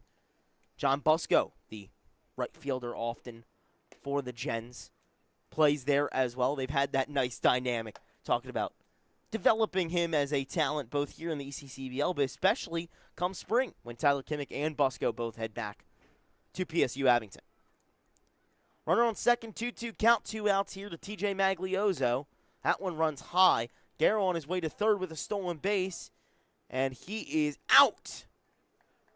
Great throw from Zach Barbash. Second time today he has caught a runner stealing at third base, and it ends the inning. However, the Gens are able to bring home 2 more on 2 hits. It's 7-1, the Generals leading over the Caps.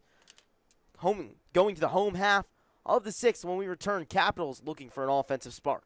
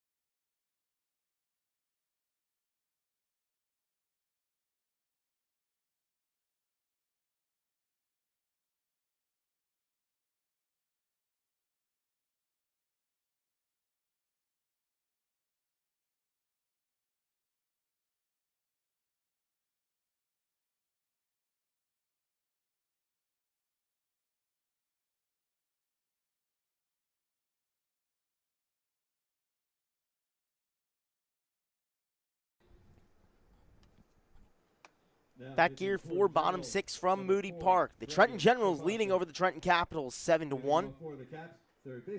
It's a new pitcher for Braden Meskill's Generals. Bryce Mioski's day is done, and it'll be Brandon Safoshnik in relief of him. Mioski with an absolutely stellar performance, his best of the season so far, and a key part to why the Generals have kept the Capitals to only 1 has been Mioski. 5 full innings of work, 68 pitches, 44 of them for strikes, 2 hits, 1 run, it was earned, 1 walk, and 5 Ks. Was able to do everything that Braden Meskill asked of him today. And he even extended beyond what Coach Meskill wanted. We knew he was going to, or at least we thought going into this, that he was only going to go maybe 3-4 innings. But because of how efficiently he worked, and I'd figure the pitch count played a part in it, and also just how the flow of the game was working, he was able to keep going. He ended with only 68 pitches, so he still, you figure if this wasn't middle of the season and wasn't the dynamic of you have other coaches that are following and making sure that he's on the right program, we could have seen a completely different dynamic here. Yeah, Mioski was dealing in just about every way possible, and can hold his head high as he comes out with the Gens ahead 7-1 as Safoshnik deals the 3-2, and it's grounded over to Albert, who fires over to Rupel at first for an easy first out. So as we turn our attention from Bryce Mioski's fantastic day, let's take a look at Brandon Safoshnik, already with 1 out here in the bottom of the 6th. One of the premier relief pitchers for Braden Meskill, has come in a ton of times, already with 3 appearances out of the pen and a start as well. 7 innings pitched, 0-2 on the season, and has not gotten out to the exact start that he's wanted, but still has been a reliable arm for Braden Meskill to go to often. 16 hits, 18 runs, 16 of them earned, 7 walks, 2 home runs allowed, and a 20.57 ERA.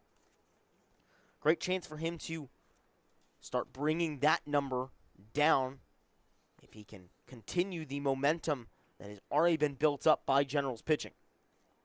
And for Mioski, if you're your science looking at this game, he's going into his junior year there.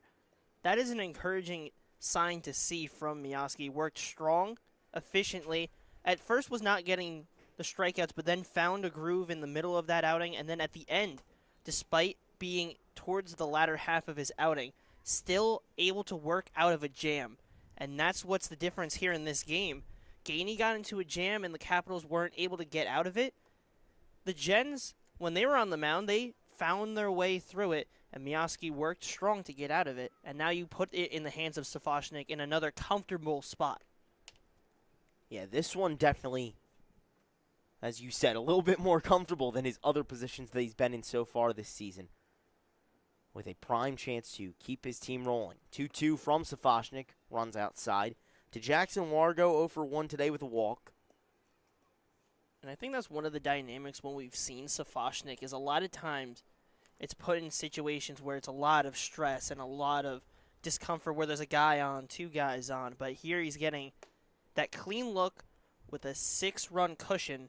And if anything, it's going to help the confidence of Safoshnik. And if they can build the confidence of their pitching staff, it's something that the Generals have struggled with. But if they can flip that, it's another dynamic where we're talking with this Generals team that could have that flip. There's potential there. But the thing is, you always have to be careful when you use the word potential because it's talking about something that isn't reality yet. Yeah, definitely a blank canvas to try and mold and start to work towards the right direction in figuring out this pitching staff and who are the top guys to go to out of the bullpen. The Generals already improving on that 1-4 start, 7-8 so far on the season, coming into today, trying to get back to 500. Safoshnik walked Wargo, and the first pitch to Carl Wisman, just down low. It's a good miss. It's a good miss if you're Brandon Safoshnik, and you'll just kind of keep that in the back of your mind. They'll try another pickoff. Yeah, trying to get Wargo. Generals have been eager to hold these Capitals runners on base all day with many pickoff attempts. Capitals have done the same in their own right. Neither team trying to let the other get a base running advantage. Well, the Generals already have today, as that one is chopped over to Safochnik. He's able to glove it and fire it over to first. Really great play there from Brandon Safochnik to reach out that glove on a high chopping ball and get the second eye of the inning. Just a really athletic play, and that's where you go, pitchers are athletes too. And Safochnik does just that, goes to the left side of the field, his right side, goes over, grabs it, and then turns around and gets a good throw to first. A lot of times when we see these plays with pitchers, it can get a little bit fast, but he stayed in rhythm, got to the ball, made his turn, strong throw to first. Great stuff there from Brandon Safochnik. He said pitchers are athletes too. Safochnik, the living proof of it. So 2 gone here in the bottom of the 6th. Runner on second for the Caps and a pitch hitter for Pete Miller's squad. It's Liam Vielit, the Fordham commit and sectional champ at Northern Burlington this season in high school baseball. Had an outstanding year there with a .565 average and 7 homers.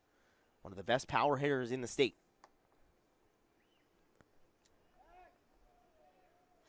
Largo took a big jump, but no one was covering second. Safochnik stepped off to try and get him. But Largo said, fine, I guess I'll make my way. If I have Back to, if I must, I'll go back. Didn't seem too pleased about having to squander that great jump that he had. Safochnik checks on Wargo once again, the 1-0. Fired upstairs, so Vielit ahead 2-0 in the count.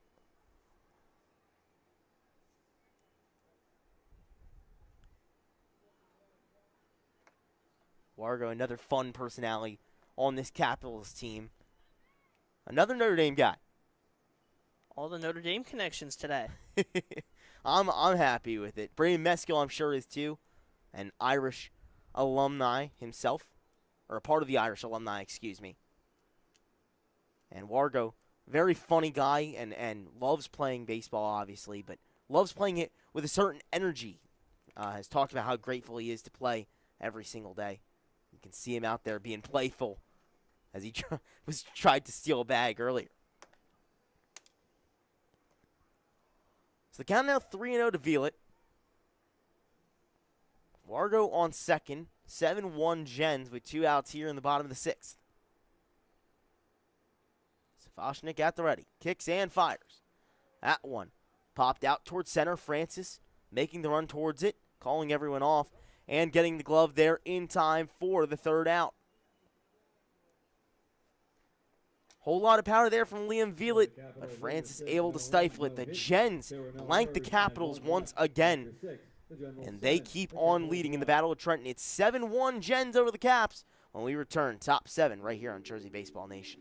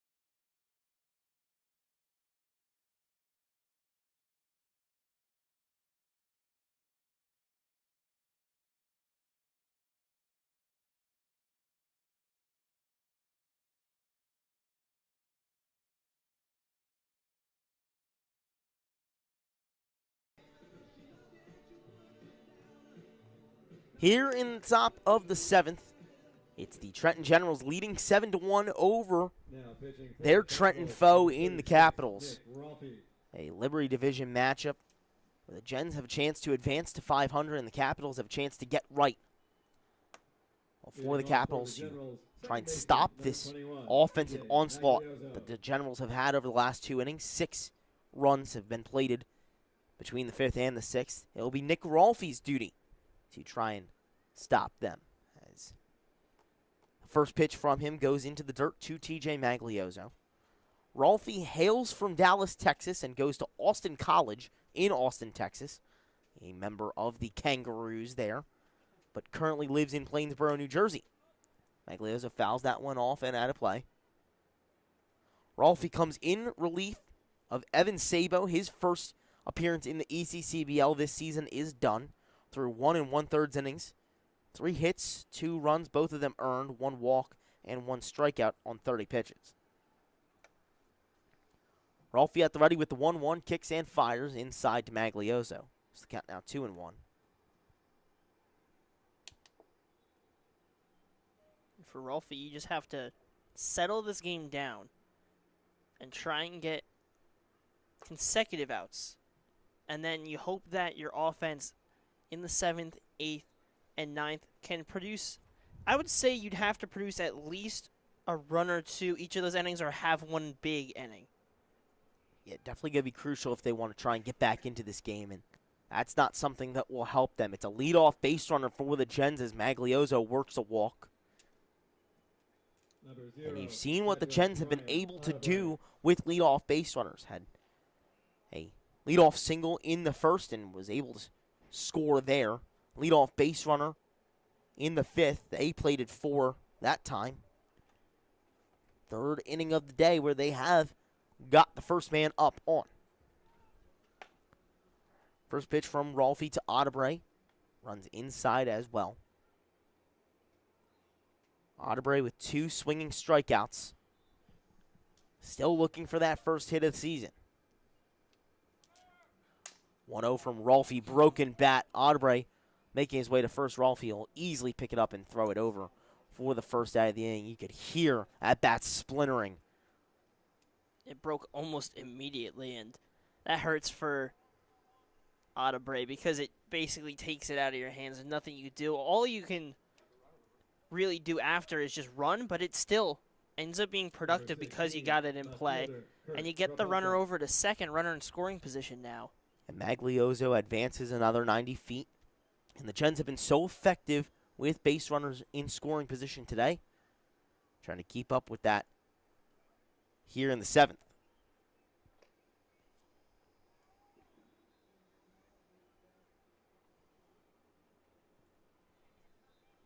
First pitch to Kurt Kropufka, ran way inside, had to skip his foot out of the way of it. Rolfe delivers the 1-0 in there for a strike. Rolfe, quite big, 6'2".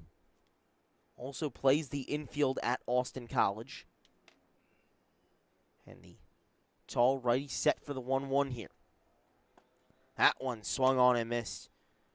A big whiff there for Kropufka.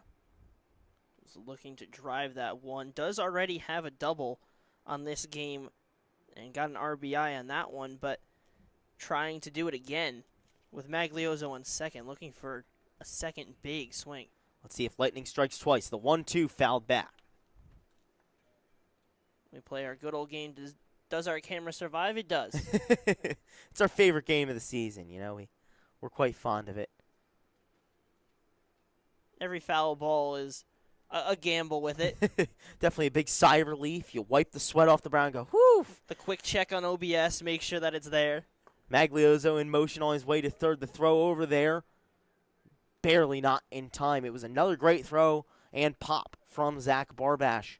But the speedy Maglioso reaches third first. And it was a strong throw. It just pulled Dan Brownie the tiniest bit away from the bag. Didn't allow him to get it as quickly as he needed. But really, that's just nitpicking. It was a really strong throw down to third. And as good of a steal attempt as you'll see from Maglioso. And they set themselves up with that runner on third. Yeah, A pop fly would most likely bring home Magliozzo. But Kropofka looking for more. The full count pitch swung on and missed. Nick Rolfe dispatches of Kurt Kropofka for his first strikeout of the day to get the second out of the inning here in the top of the 7th. Now it's TJ Francis, who a pair of singles, his first, he ended up coming around to score. He stole a base and then was brought home. And then you look at his next time, he did fly out, but he hit it really hard and out into center to Wargo. And then his third at-bat, an RBI single. Yeah, pair of RBI singles. Really nice stuff for TJ Francis today. The Sacred Heart commit will be a pioneer come the fall. 1-0 in there for a strike. Josh, you're well affiliated, or you know a ton about Sacred Heart, considering they are in the Metro. You are a Rider Bronco yourself. I gotta admit, Rider Bronc. Sorry. Gotta get it Drop right. the O. Rider There's Bronc. no O. Rider Bronc. 1-1 from Rolfe in there for a strike. I got to tell you, I think Big Red is one of the coolest mascots in all of collegiate sports. I know that may be a take that you don't like as much because you are a Bronc yourself and they are a rival, but I like AJ the Bronc a little bit better. A little bit of bias, you know. Fair bias for a Metro mascot. 1-2 from Rolfe, swung on and missed from Francis. Second K in succession for Rolfe. Retires the side. No damage done for the Gens. Caps trying to get on the board for the first time since the first inning when we return. 7th inning stretch. Take a sec, grab a snack, and come back for the conclusion of this one from Moody Park right here on Jersey Baseball Nation.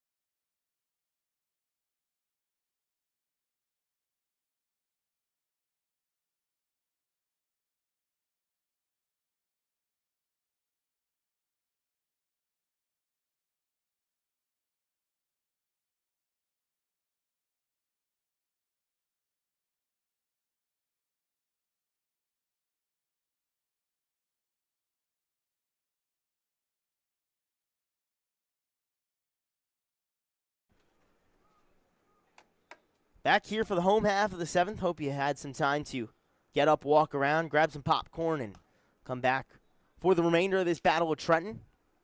As Chris Salmon leads things off for the Caps, who find themselves in a 6-run hole to the Gens. Both teams coming off of a loss last night, trying to get back in the win column here at Moody Park. 0-1 from Brandon Savoshnik down in the dirt. It's going to hurt so much with how Gainey started this game, was so strong.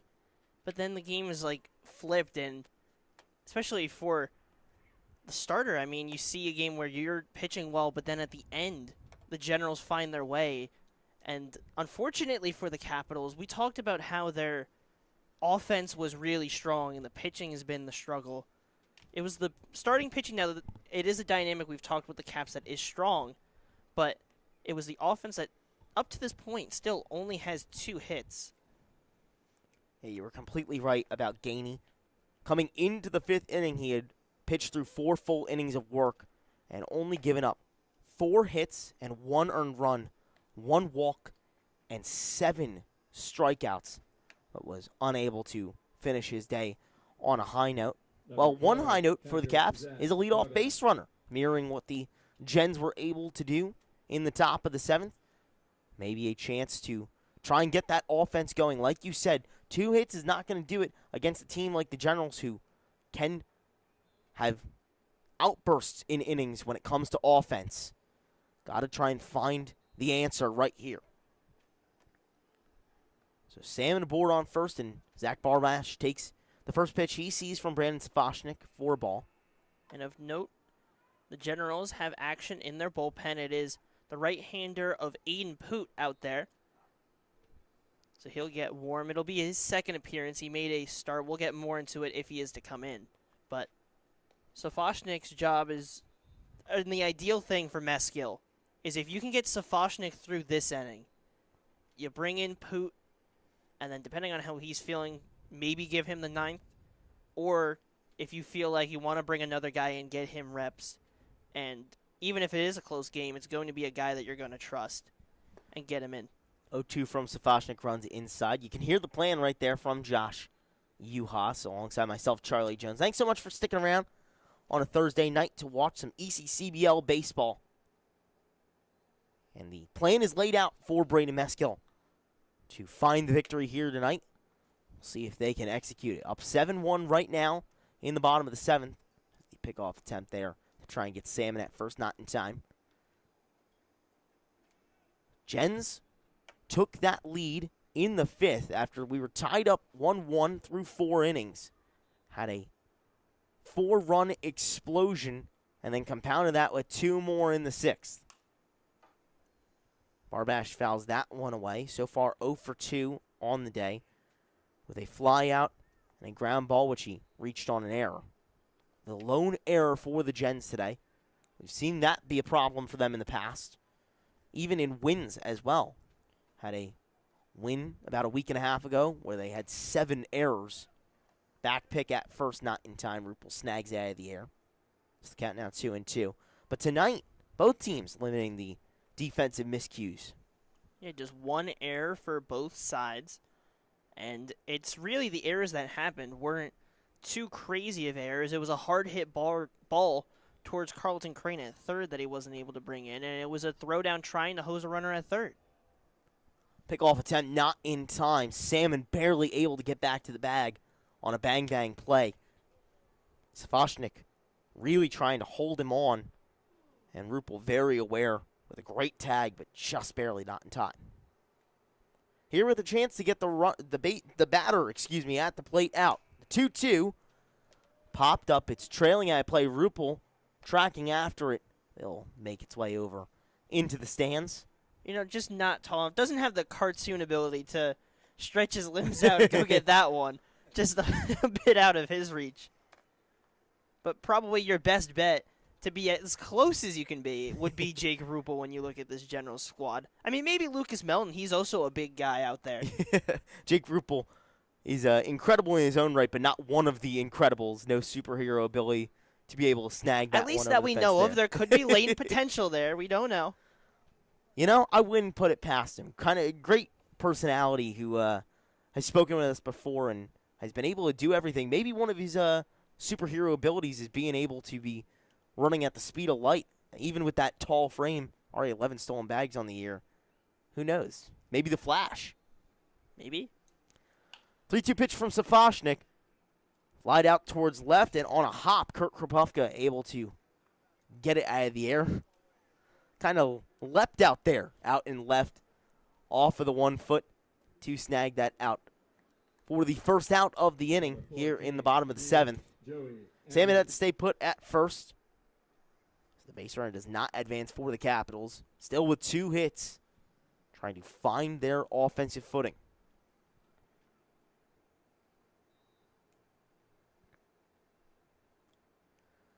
Savashnik comes home with the first pitch to Joey Andreas, which runs outside. Andreas 0 for 2 today with a pop out and a strikeout. Trying to get on base and get something going for the Caps. For the Gens, you just have to not let this inning get away from you. If you can keep this inning scoreless, or even if you hold them to just 1 run, I would consider that a successful inning. But if the Caps can produce 2 or more, that's where I think this game can really change. Yeah, that was the momentum for the Gens and how they found their rhythm. They were able to strike for that 4 spot in the 5th. Now the Caps are trying to answer it here in the late stages of this one.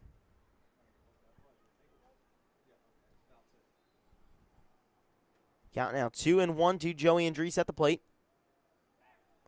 And the pickoff attempt not in time. Doing his best efforts to get those runners at first, both sides. We've talked about a plethora of times throughout this game. They're really trying to ensure those base runners don't get on the move, but we've seen one side able to overcome that. The Gens, no matter what, still aggressive on the base paths. Definitely very aggressive. Capitals have taken advantage of them at some points, though. 2 caught stealings and a couple of successful pickoffs today. Gens trying to get their first successful pickoff. Andreas grounds that one foul, so the count now runs full. Savashnik, the second pitcher of the day for the Gens. Already up to 34 pitches. Make that 35 in relief of Bryce Mioski. As he gets Joey Andreas swinging on the full count pitch. Dispatches of him. First strikeout of the day for Brandon Savashnik. To get that second out of the inning, a crucial one at that. This is one of the first times this ECCBL season that we've seen Brandon Savashnik able to get comfortable, and this is the pitcher that he can be.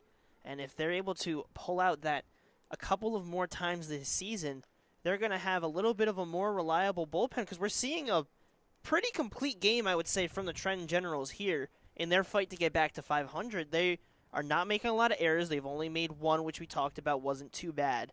They've produced 9 hits, and they've scored 7 runs on those 9 hits, because we've seen before the Generals can get a lot of hits, and then sometimes that run total doesn't match up quite as much as you think it should. But today they're doing exactly what they need to do at every single point of this game. And the management as well from Braden Meskill has helped that out, extending his starter farther than we had thought he would go. Caruso checks on that one. And the runner able to advance as Salmon figured out that ball skipped away from Ryan Otterbury behind home plate for the Gens. And advanced his way into scoring position. 2 outs, 7-1. Gens leading. And a 2-1 count here to Julian Caruso, 0 for 2 today with a pair of groundouts. That one in the dirt. Otterbury able to find it this time, though, as it was right next to him rather than skipping away. So the count now 3-1. Caps trying to find their presence and bring home a couple runs. Get themselves back in this ball game. Things were all tied up through 4 innings until the Gens broke through. 3-1 from the tall Savashnik. Grounding into play over to third base. Easy pickup for Crane. Fires over. It gets away from the first baseman, Rupel, though. Salmon on his way home. He will easily be in there. Caruso will make his way to second. And that will be the second error of the day for the Gens. And it proves costly. Second run of the day for the Caps. Their first since the first inning. Number 33, shortstop, Matt Klein. And we were talking about not making mistakes, but again, it's Carlton Crane at that third base spot. Usually he is playing at the shortstop, so a little bit of different positioning, but still one of those plays, he got it in rhythm and moved over towards first, but the throw just a bit too low for his first baseman to have a chance. Yeah, Rupel tried to dig it out, but was not able to as it skipped its way to the fence and brought home that second run of the day. So 7-2 Generals leading. The runner is switched at second base. Now it's Caruso after he advanced on the air. Savashnik steps off and tries to catch Caruso sleeping. He does not oblige, though, and easily walks his way back to the bag. Savashnik at the ready with the 0-1. That one lined over the head of the shortstop Albert into center. Francis able to get to it very quickly, though. The runner unable to advance home. Caruso will have to stay put at third because of the great awareness from TJ Francis in the field. It's another 2-out hit. And it's runners on the corners for the Capitals. And that could have been dangerous with how that bounce ended up going. TJ Francis got up to it, but then it took a sharp, high bounce to his left side. He had to get his glove up and make that grab. And it was shallow enough, though, that Caruso could not go home. So runners on the corners with 2 down. And that could be a play that proves crucial if the Capitals are able to start getting some runs home. But the Gens keep their lead. If Francis lets that ball get away, it could be a couple of runners coming across home plate. Instead, now it's just runners on the base. Whoa. Getting ahead of myself here. Runners on the corners for the Capitals. It's the good old commentator's tongue twist where you're thinking two to three words ahead, and then it comes back. I can't count how many times that I'm thinking way too far ahead, and I end up mixing it into my sentence. It's like I'm playing chess. 10 steps ahead, trying to be at least. Trying to play chess, but you have a checkers board in front of you. That's what it really feels like. It's always the saying, playing chess. Like, it's always the flipped side of that. It's like not playing checkers, I'm playing chess. But it's kind of the opposite. We're playing chess at a game of checkers. Oh, yeah. You're darn right. Way too ahead of myself there. However, let's see if Trevor Lingerfield, 0 for 2 today, cannot be ahead. 1-2 with 2 outs and 2 runners on. He holds off. Was ahead on a pitch earlier as he struck out looking. And in that at-bat, left a couple runners stranded. 2-2 with 2 outs. That one popped out towards right. Melton with a hard stop and now running in. He is able to glove it out of the air, though. The Caps get one on a pair of hits here in the 7th. However, still leave 2 base runners stranding and cannot extend and cut down that gap even further. It's 7-2 Gens when we come back, top of the 8th here on Jersey Baseball Nation.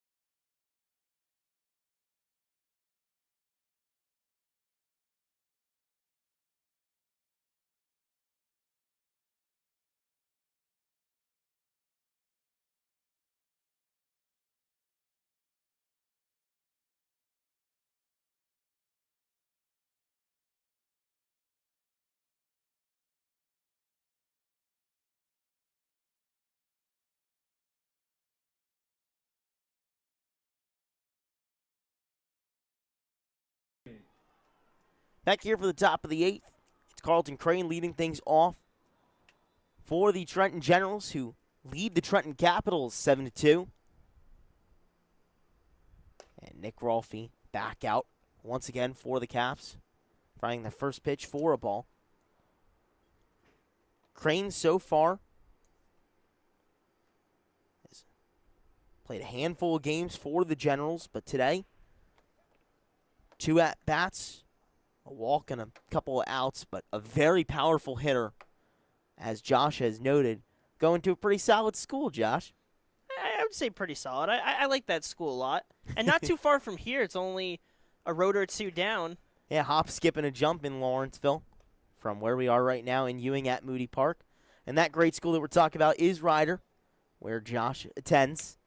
And Carlton Crane will attend come the fall. Including someone that was in the dugout in plainclothes, Deacon Moore, also going to Ryder University. We see a couple of those guys in the league. Even Chase Bonner committed to Ryder on the Mammoths, and Josh Klena, rather. I see, that was the thing where I'm thinking 2 things ahead. I thought of Joel Bonner, Chase Bonner's brother, for some reason in my mind, and I mixed it into the sentence. Crane down on strikes that time. Yeah, a pair of Ryder teammates in the dugout for the Gens. And Ryder commits all across the league. The ECCBL is very interesting in the fact that it's a great mix of D3, JUCO, D2, and D1 guys. A lot of guys at these mid-majors that are very strong presences, have a very strong presence when it comes to the mid-major level at D1. We see a lot of guys come together. You have the Mercer guys that are all together. You have Ryder commits spread around. You have Stockton guys. You have guys from all across. And it's just, you bring them all together, and you get this beautiful product on the field. Yeah, nothing better than some summer baseball. I'm sure that these players will attest to it, too, as they're grateful for the extra opportunity to keep their season going. As that one lined out towards right. Lucas Albert with a big turnaround first, but wisely decides to stay with a single there. Has extended that into a couple extra bases in the past, and I'm sure he'll want to be running as well. But it's a 1-out base runner for the Gens on a nice hit and from once Albert. Again, I mean, he singles in the first, he doubles in the 6th, and then gets a single. He's 3 for 4 on the day, and every bit of aggressive on the base pass. He's as good of a player as you're going to find in this league, and he's setting himself up well. At least in the first half, there's still a lot of games to go, but setting himself up well to be considered for the All-Star game. Now, we are thinking a little bit early here, but so far, I mean, can't say a lot has been bad for him. You're not thinking too early, Josh. All-Star game only a month away to the date today on July 25th at Quakertown. Make sure to be in attendance or watch it right here on Jersey Baseball Nation YouTube as Albert in motion to second, and they get him. Another great throw from Zach Bardash to get the speedy Lucas Albert, who tried to make his way to second for the second out. It's a really strong throw. We know that Barbash has an arm behind the plate, and we saw it there, and they get the tag. Just a really good job overall of managing the base runners for the Capitals.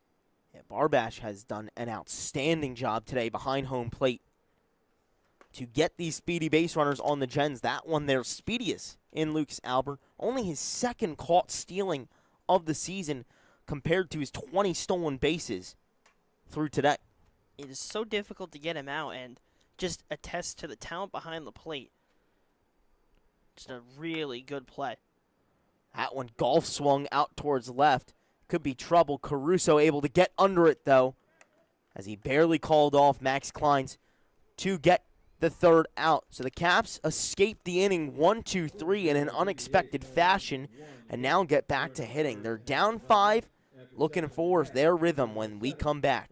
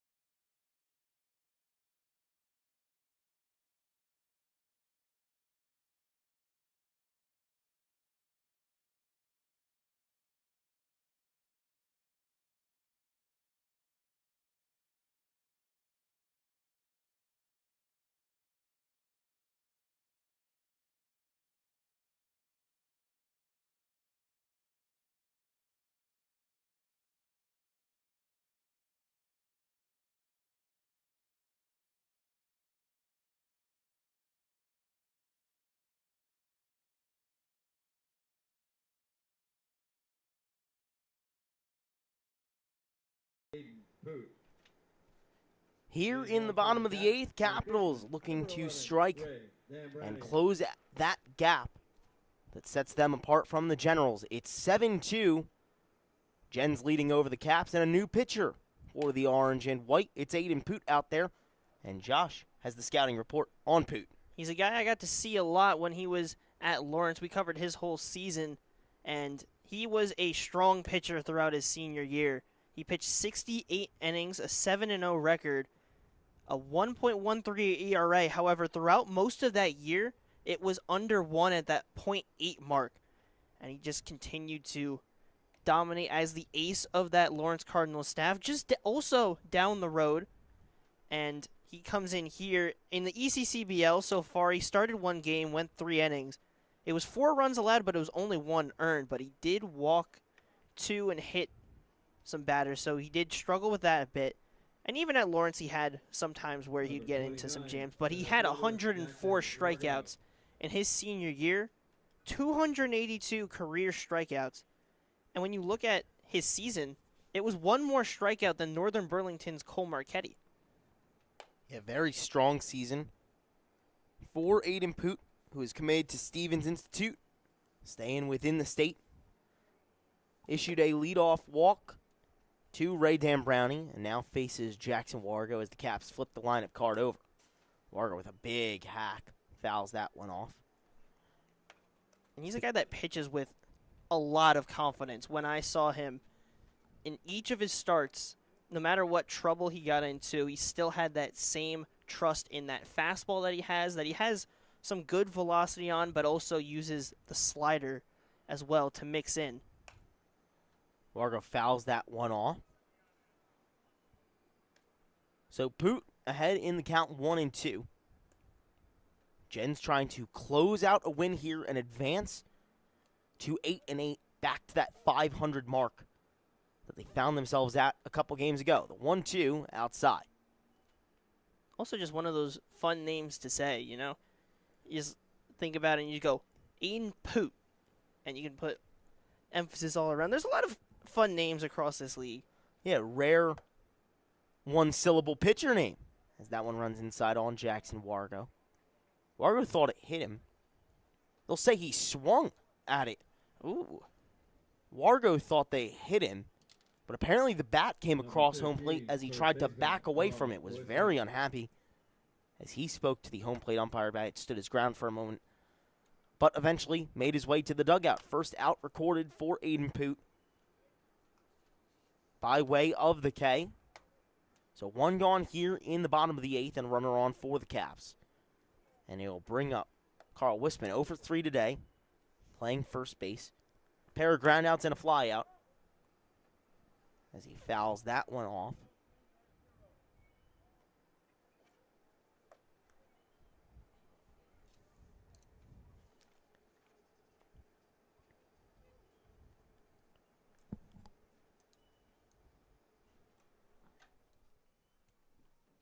Poot at the ready once again, ahead in the count, 0-2. Kicks and fires. That one put into play, chopping over towards third base. Crane unable to glove it. Albert backs him up, though. It doesn't make its way out to the outfield. However, that high chop leads to yet another base runner for the Caps. It sneaks under the glove of Carlton Crane. So Wisman reaches on an error, and now it's first and second for the Caps. And high chopper, challenging play to make, but the official ruling is an error. It's kind of a hard play for Crane to make. It's high chopper to get the read on it, but still backhand it too. Still a play that is possible, but unfortunately it will allow for 2 runners on, and the ball gets away. Yeah, that one's skipping away from Ryan Ottebre behind home plate. So both runners now advance into scoring position.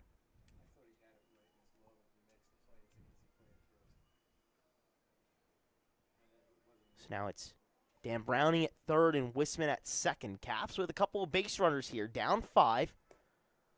Trying to cut down this gap, and it's Liam Valit. It's 2 faced off against each other in the NJSIAA semifinals. when Northern Burlington and the Lawrence Cardinals faced off is hard hit to Poot. Yeah, Valit hits that one straight back to Poot. Ricochets off his chest. He's able to glove it, though, and fire it over for the second out of the inning. The Caps to plate one as Dan Browning made his way home easily. And everyone else advances. Wussman now on third. But that one was hard hit off the bat of Elite. Great job by Poot to handle it amidst the hard contact right at the chest. Something I wanted to mention was with Poot, when he faced against Northern Burlington, it was a lot of high-pressure situations when you're dueling the ace of Northern Burlington, a strong staff that obviously went on for a title run. But he went toe-to-toe with that despite fighting through some trouble, and that game ended up being chaotic where late in that game the Cardinals caused some chaos and stuff. So he's been in a fair share of high-stress games, as a lot of these guys have been, whether you look at the guys that are in high school and even the guys at the college level as well. It's a great chance for a guy like Poot, who will be a college commit and attend Stevens Institute come the fall, to face guys who have been experienced at the collegiate level and have seen some of the best pitching there is.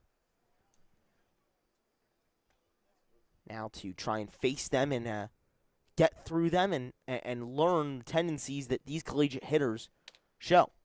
Well, Poot ahead already in this count 1-2. He's done a nice job at getting ahead in counts. Comes home with it and gets the strikeout looking. Second strikeout for Aiden Poot in the inning as he strands yet another Capitals runner. They plate one, however, still trail by 4 to the Gens. Top of the ninth when we return.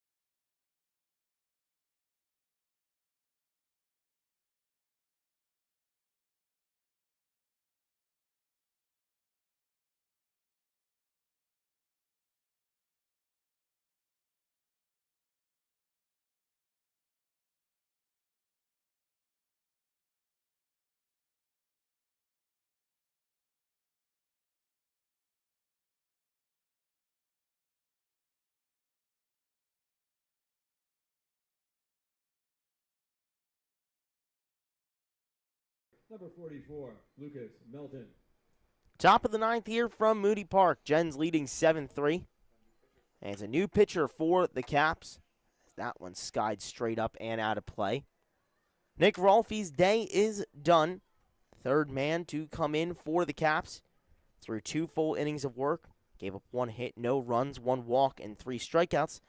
And now the rest of the work will be done by Brady Reardon, coming in for his 3rd appearance of the season, as he fires that one in the dirt. So the count now levels at 1 to Lucas Melton. 1 for 3 with that solo shot. The tall righty Reardon kicks and fires the 1-1.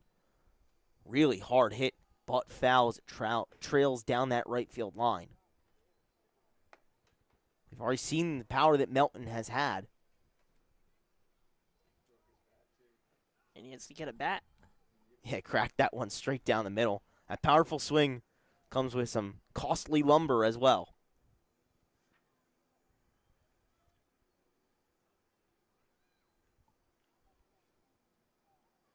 Reardon at the ready. The 1-2. Popped out towards right.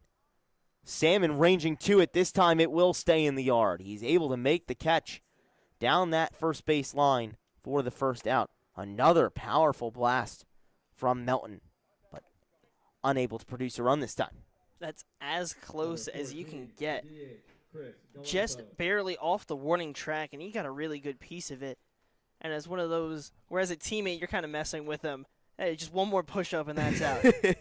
Couple more bicep curls. Or one of those, like, you yell out from the dugout, weight room. So Melton unable to come up with a 2-homer day that time, but has already contributed very strongly for his team, and I'll bring up Chris Galasso, 2 for 3 today with 2 singles. Takes that pitch for a strike. So the count now 1-1 with 1 out. And the Gens leading 7-3 here in the top of the 9th, looking for their 8th win of the season. That one grounded over towards third base. Dan Brownie able to catch it off the weird hop and fire over to first in time. That one hit the infield grass and skipped the other way, completely halting his momentum, but he's still able to get to it in time for the second out. Great adjustment in the field, and that's just an incredible amount of control in your mind to make sure that you're in control. You see it take a weird bounce, but you get the reaction time, and then you adjust to get that throw to first. But the Capitals are in a similar spot that they were yesterday. Yesterday they trailed 7-4 heading into that 9th, and they made it a 1-run ball game. Here they trail by 1 more run, 7-3. Do they have a similar rally in them to try and bring this one close? Yeah, they did storm back in the end, unable to finish the job. And that's something that Braden Meskill mentioned, is that one lined over the head of Lingerfield at second.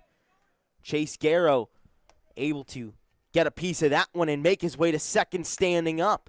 Garrow turns a single into a double with some serious speed rounding first. And it's another runner in scoring position for the Gens. And once again, Garrow really seeing the ball well. And he's one of those guys in this lineup that maybe in the games that have been away has found his groove. But here at Moody Park, we haven't seen it as much. But here today, Chase Garrow putting a lot of power on it and gets an extra base hit and gets on base again.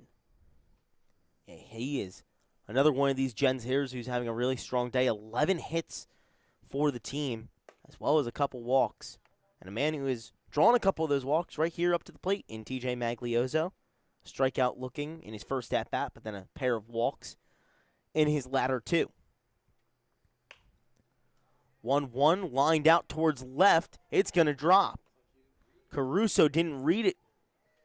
And TJ Maglioso extends the lead 8-3. A little bit more insurance for the Gens, as Garrow able to round third from second and come home easily. It's an RBI single for TJ Maglioso out towards left. 8-3 Gens. It's one of those you just drop the ball right where nobody can really get to it. Now, Caruso didn't get the perfect read to it, but still, I don't think he really would have had much of a chance other than a miraculous play. But a really good job of hitting it, putting it where you need to, and the veteran of this league drops one in for an RBI and extends the lead. Yeah, Maglioso, a 2-timer now in the ECCBL. Kicking things over to Ryan Ottebre, a rookie in the ECCBL, still looking for his first hit of the year. As the 0-1 down in the dirt, now levels at 1-1. The Gens have been able to build chemistry despite not having a ton of guys who have played with each other before or know each other.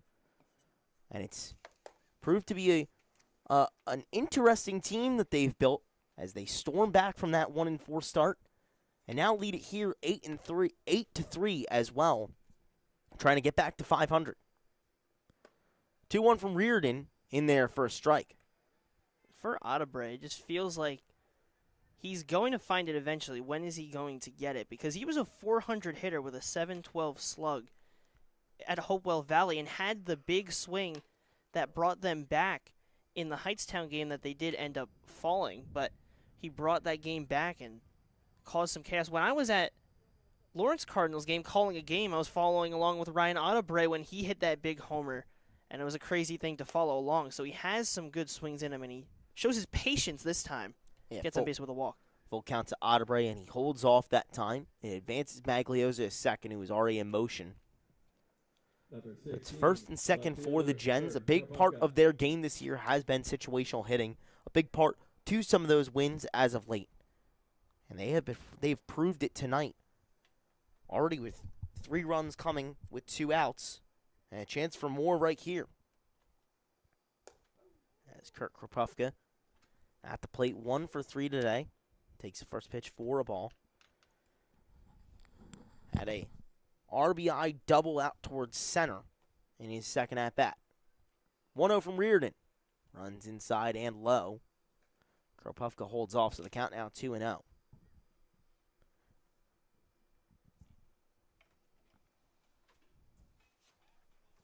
Pickoff attempt, and no one was covering first. Ottebre didn't realize it at first as well. Maglioso rounding third. The throw comes home, and Maglioso's caught up in a rundown. Barbash runs him down on the third base line, and that is the 3rd out. So weird end to the inning. Sir. Seemed like a mistake, and then it turned into something they could take advantage of. When life gives you spoiled lemons, sometimes you do make lemonade. The Caps are able to get out of the inning and only give up 1 extra run of insurance. Gens lead it by 5 when we come back, trying to close out yet another win over the Capitals right here on Jersey Baseball Nation.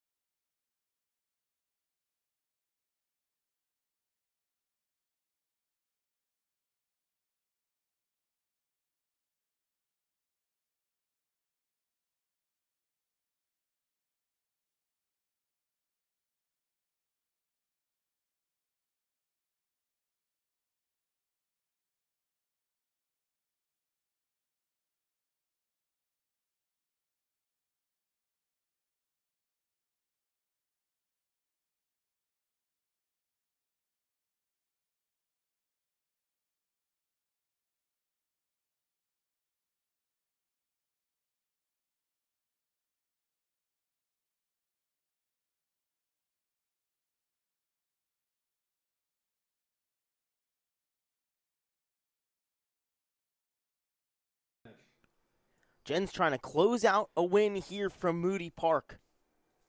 In the bottom of the 9th, it's Aiden Poot back out there for Braden Meskill's Generals to try and hold on to that 5-run lead and come away with a victory.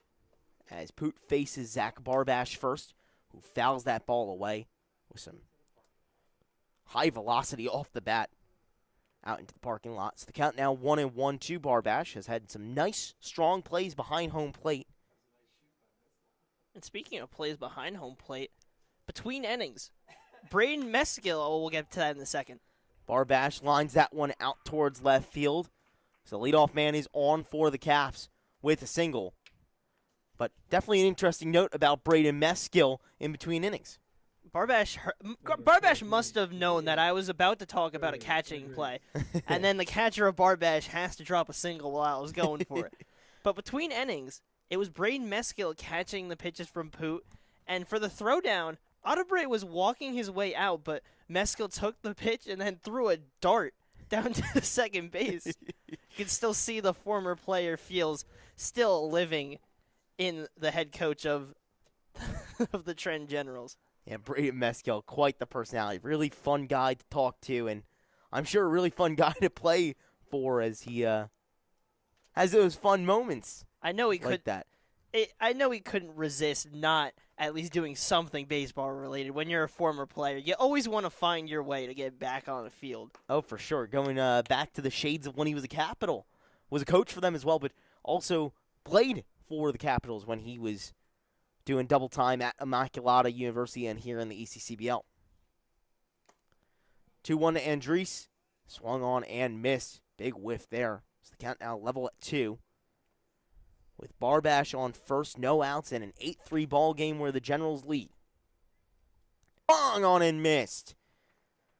Joey Andres goes down on strikes for the second time tonight. And that's the Lawrence Cardinal, Aiden Poot. Trusting his fastball in that time.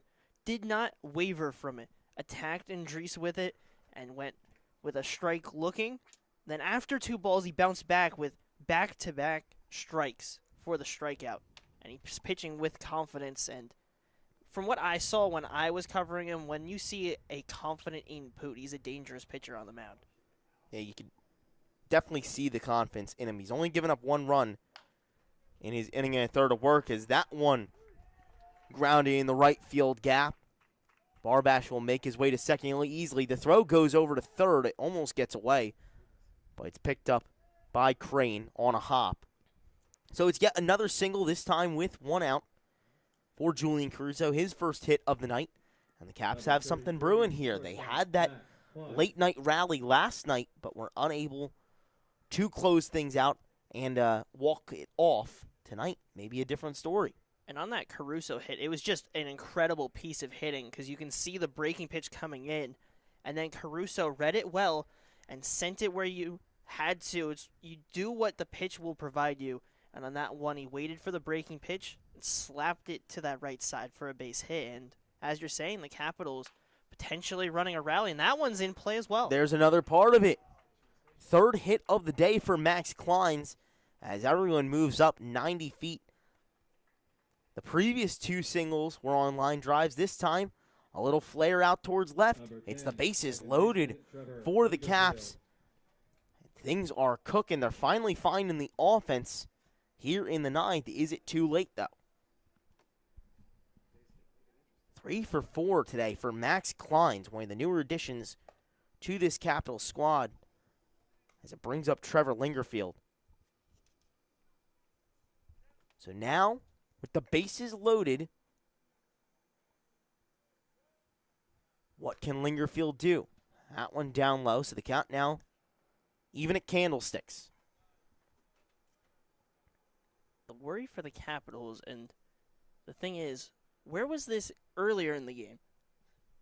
It's something that they needed at those points to stay in it, and now you're in a situation where you're down 8-3, and the offense is getting started just that little bit too late where you only get 1 in the 7th and the 8th, and you're forced to make this big rally here. 1-2 from Poot. Swung on, put into play, past the diving Crane, picked up by the shortstop Albert, sliding into third, and he is out. Great play by Lucas Albert to back up Carlton Crane at third, snag the ball on a hop, and glove down Julian Caruso as he slid into third. It's an incredible play on the infield that saves yet another run and gets the second out of the inning. The Caps do plate 1. It's 8-4 Gens, but an insane play there from Lucas Albert. Full sprint and just was able to get to the bag and make the tag. What a play by Lucas Albert. So it's first and second with 2 outs. And Ray Dan Brownie in an 0-1 count. Poot kicks and fires that one in there for a strike once again, and the Caps down to their final strike. And the thing is, for Poot, it's another outing where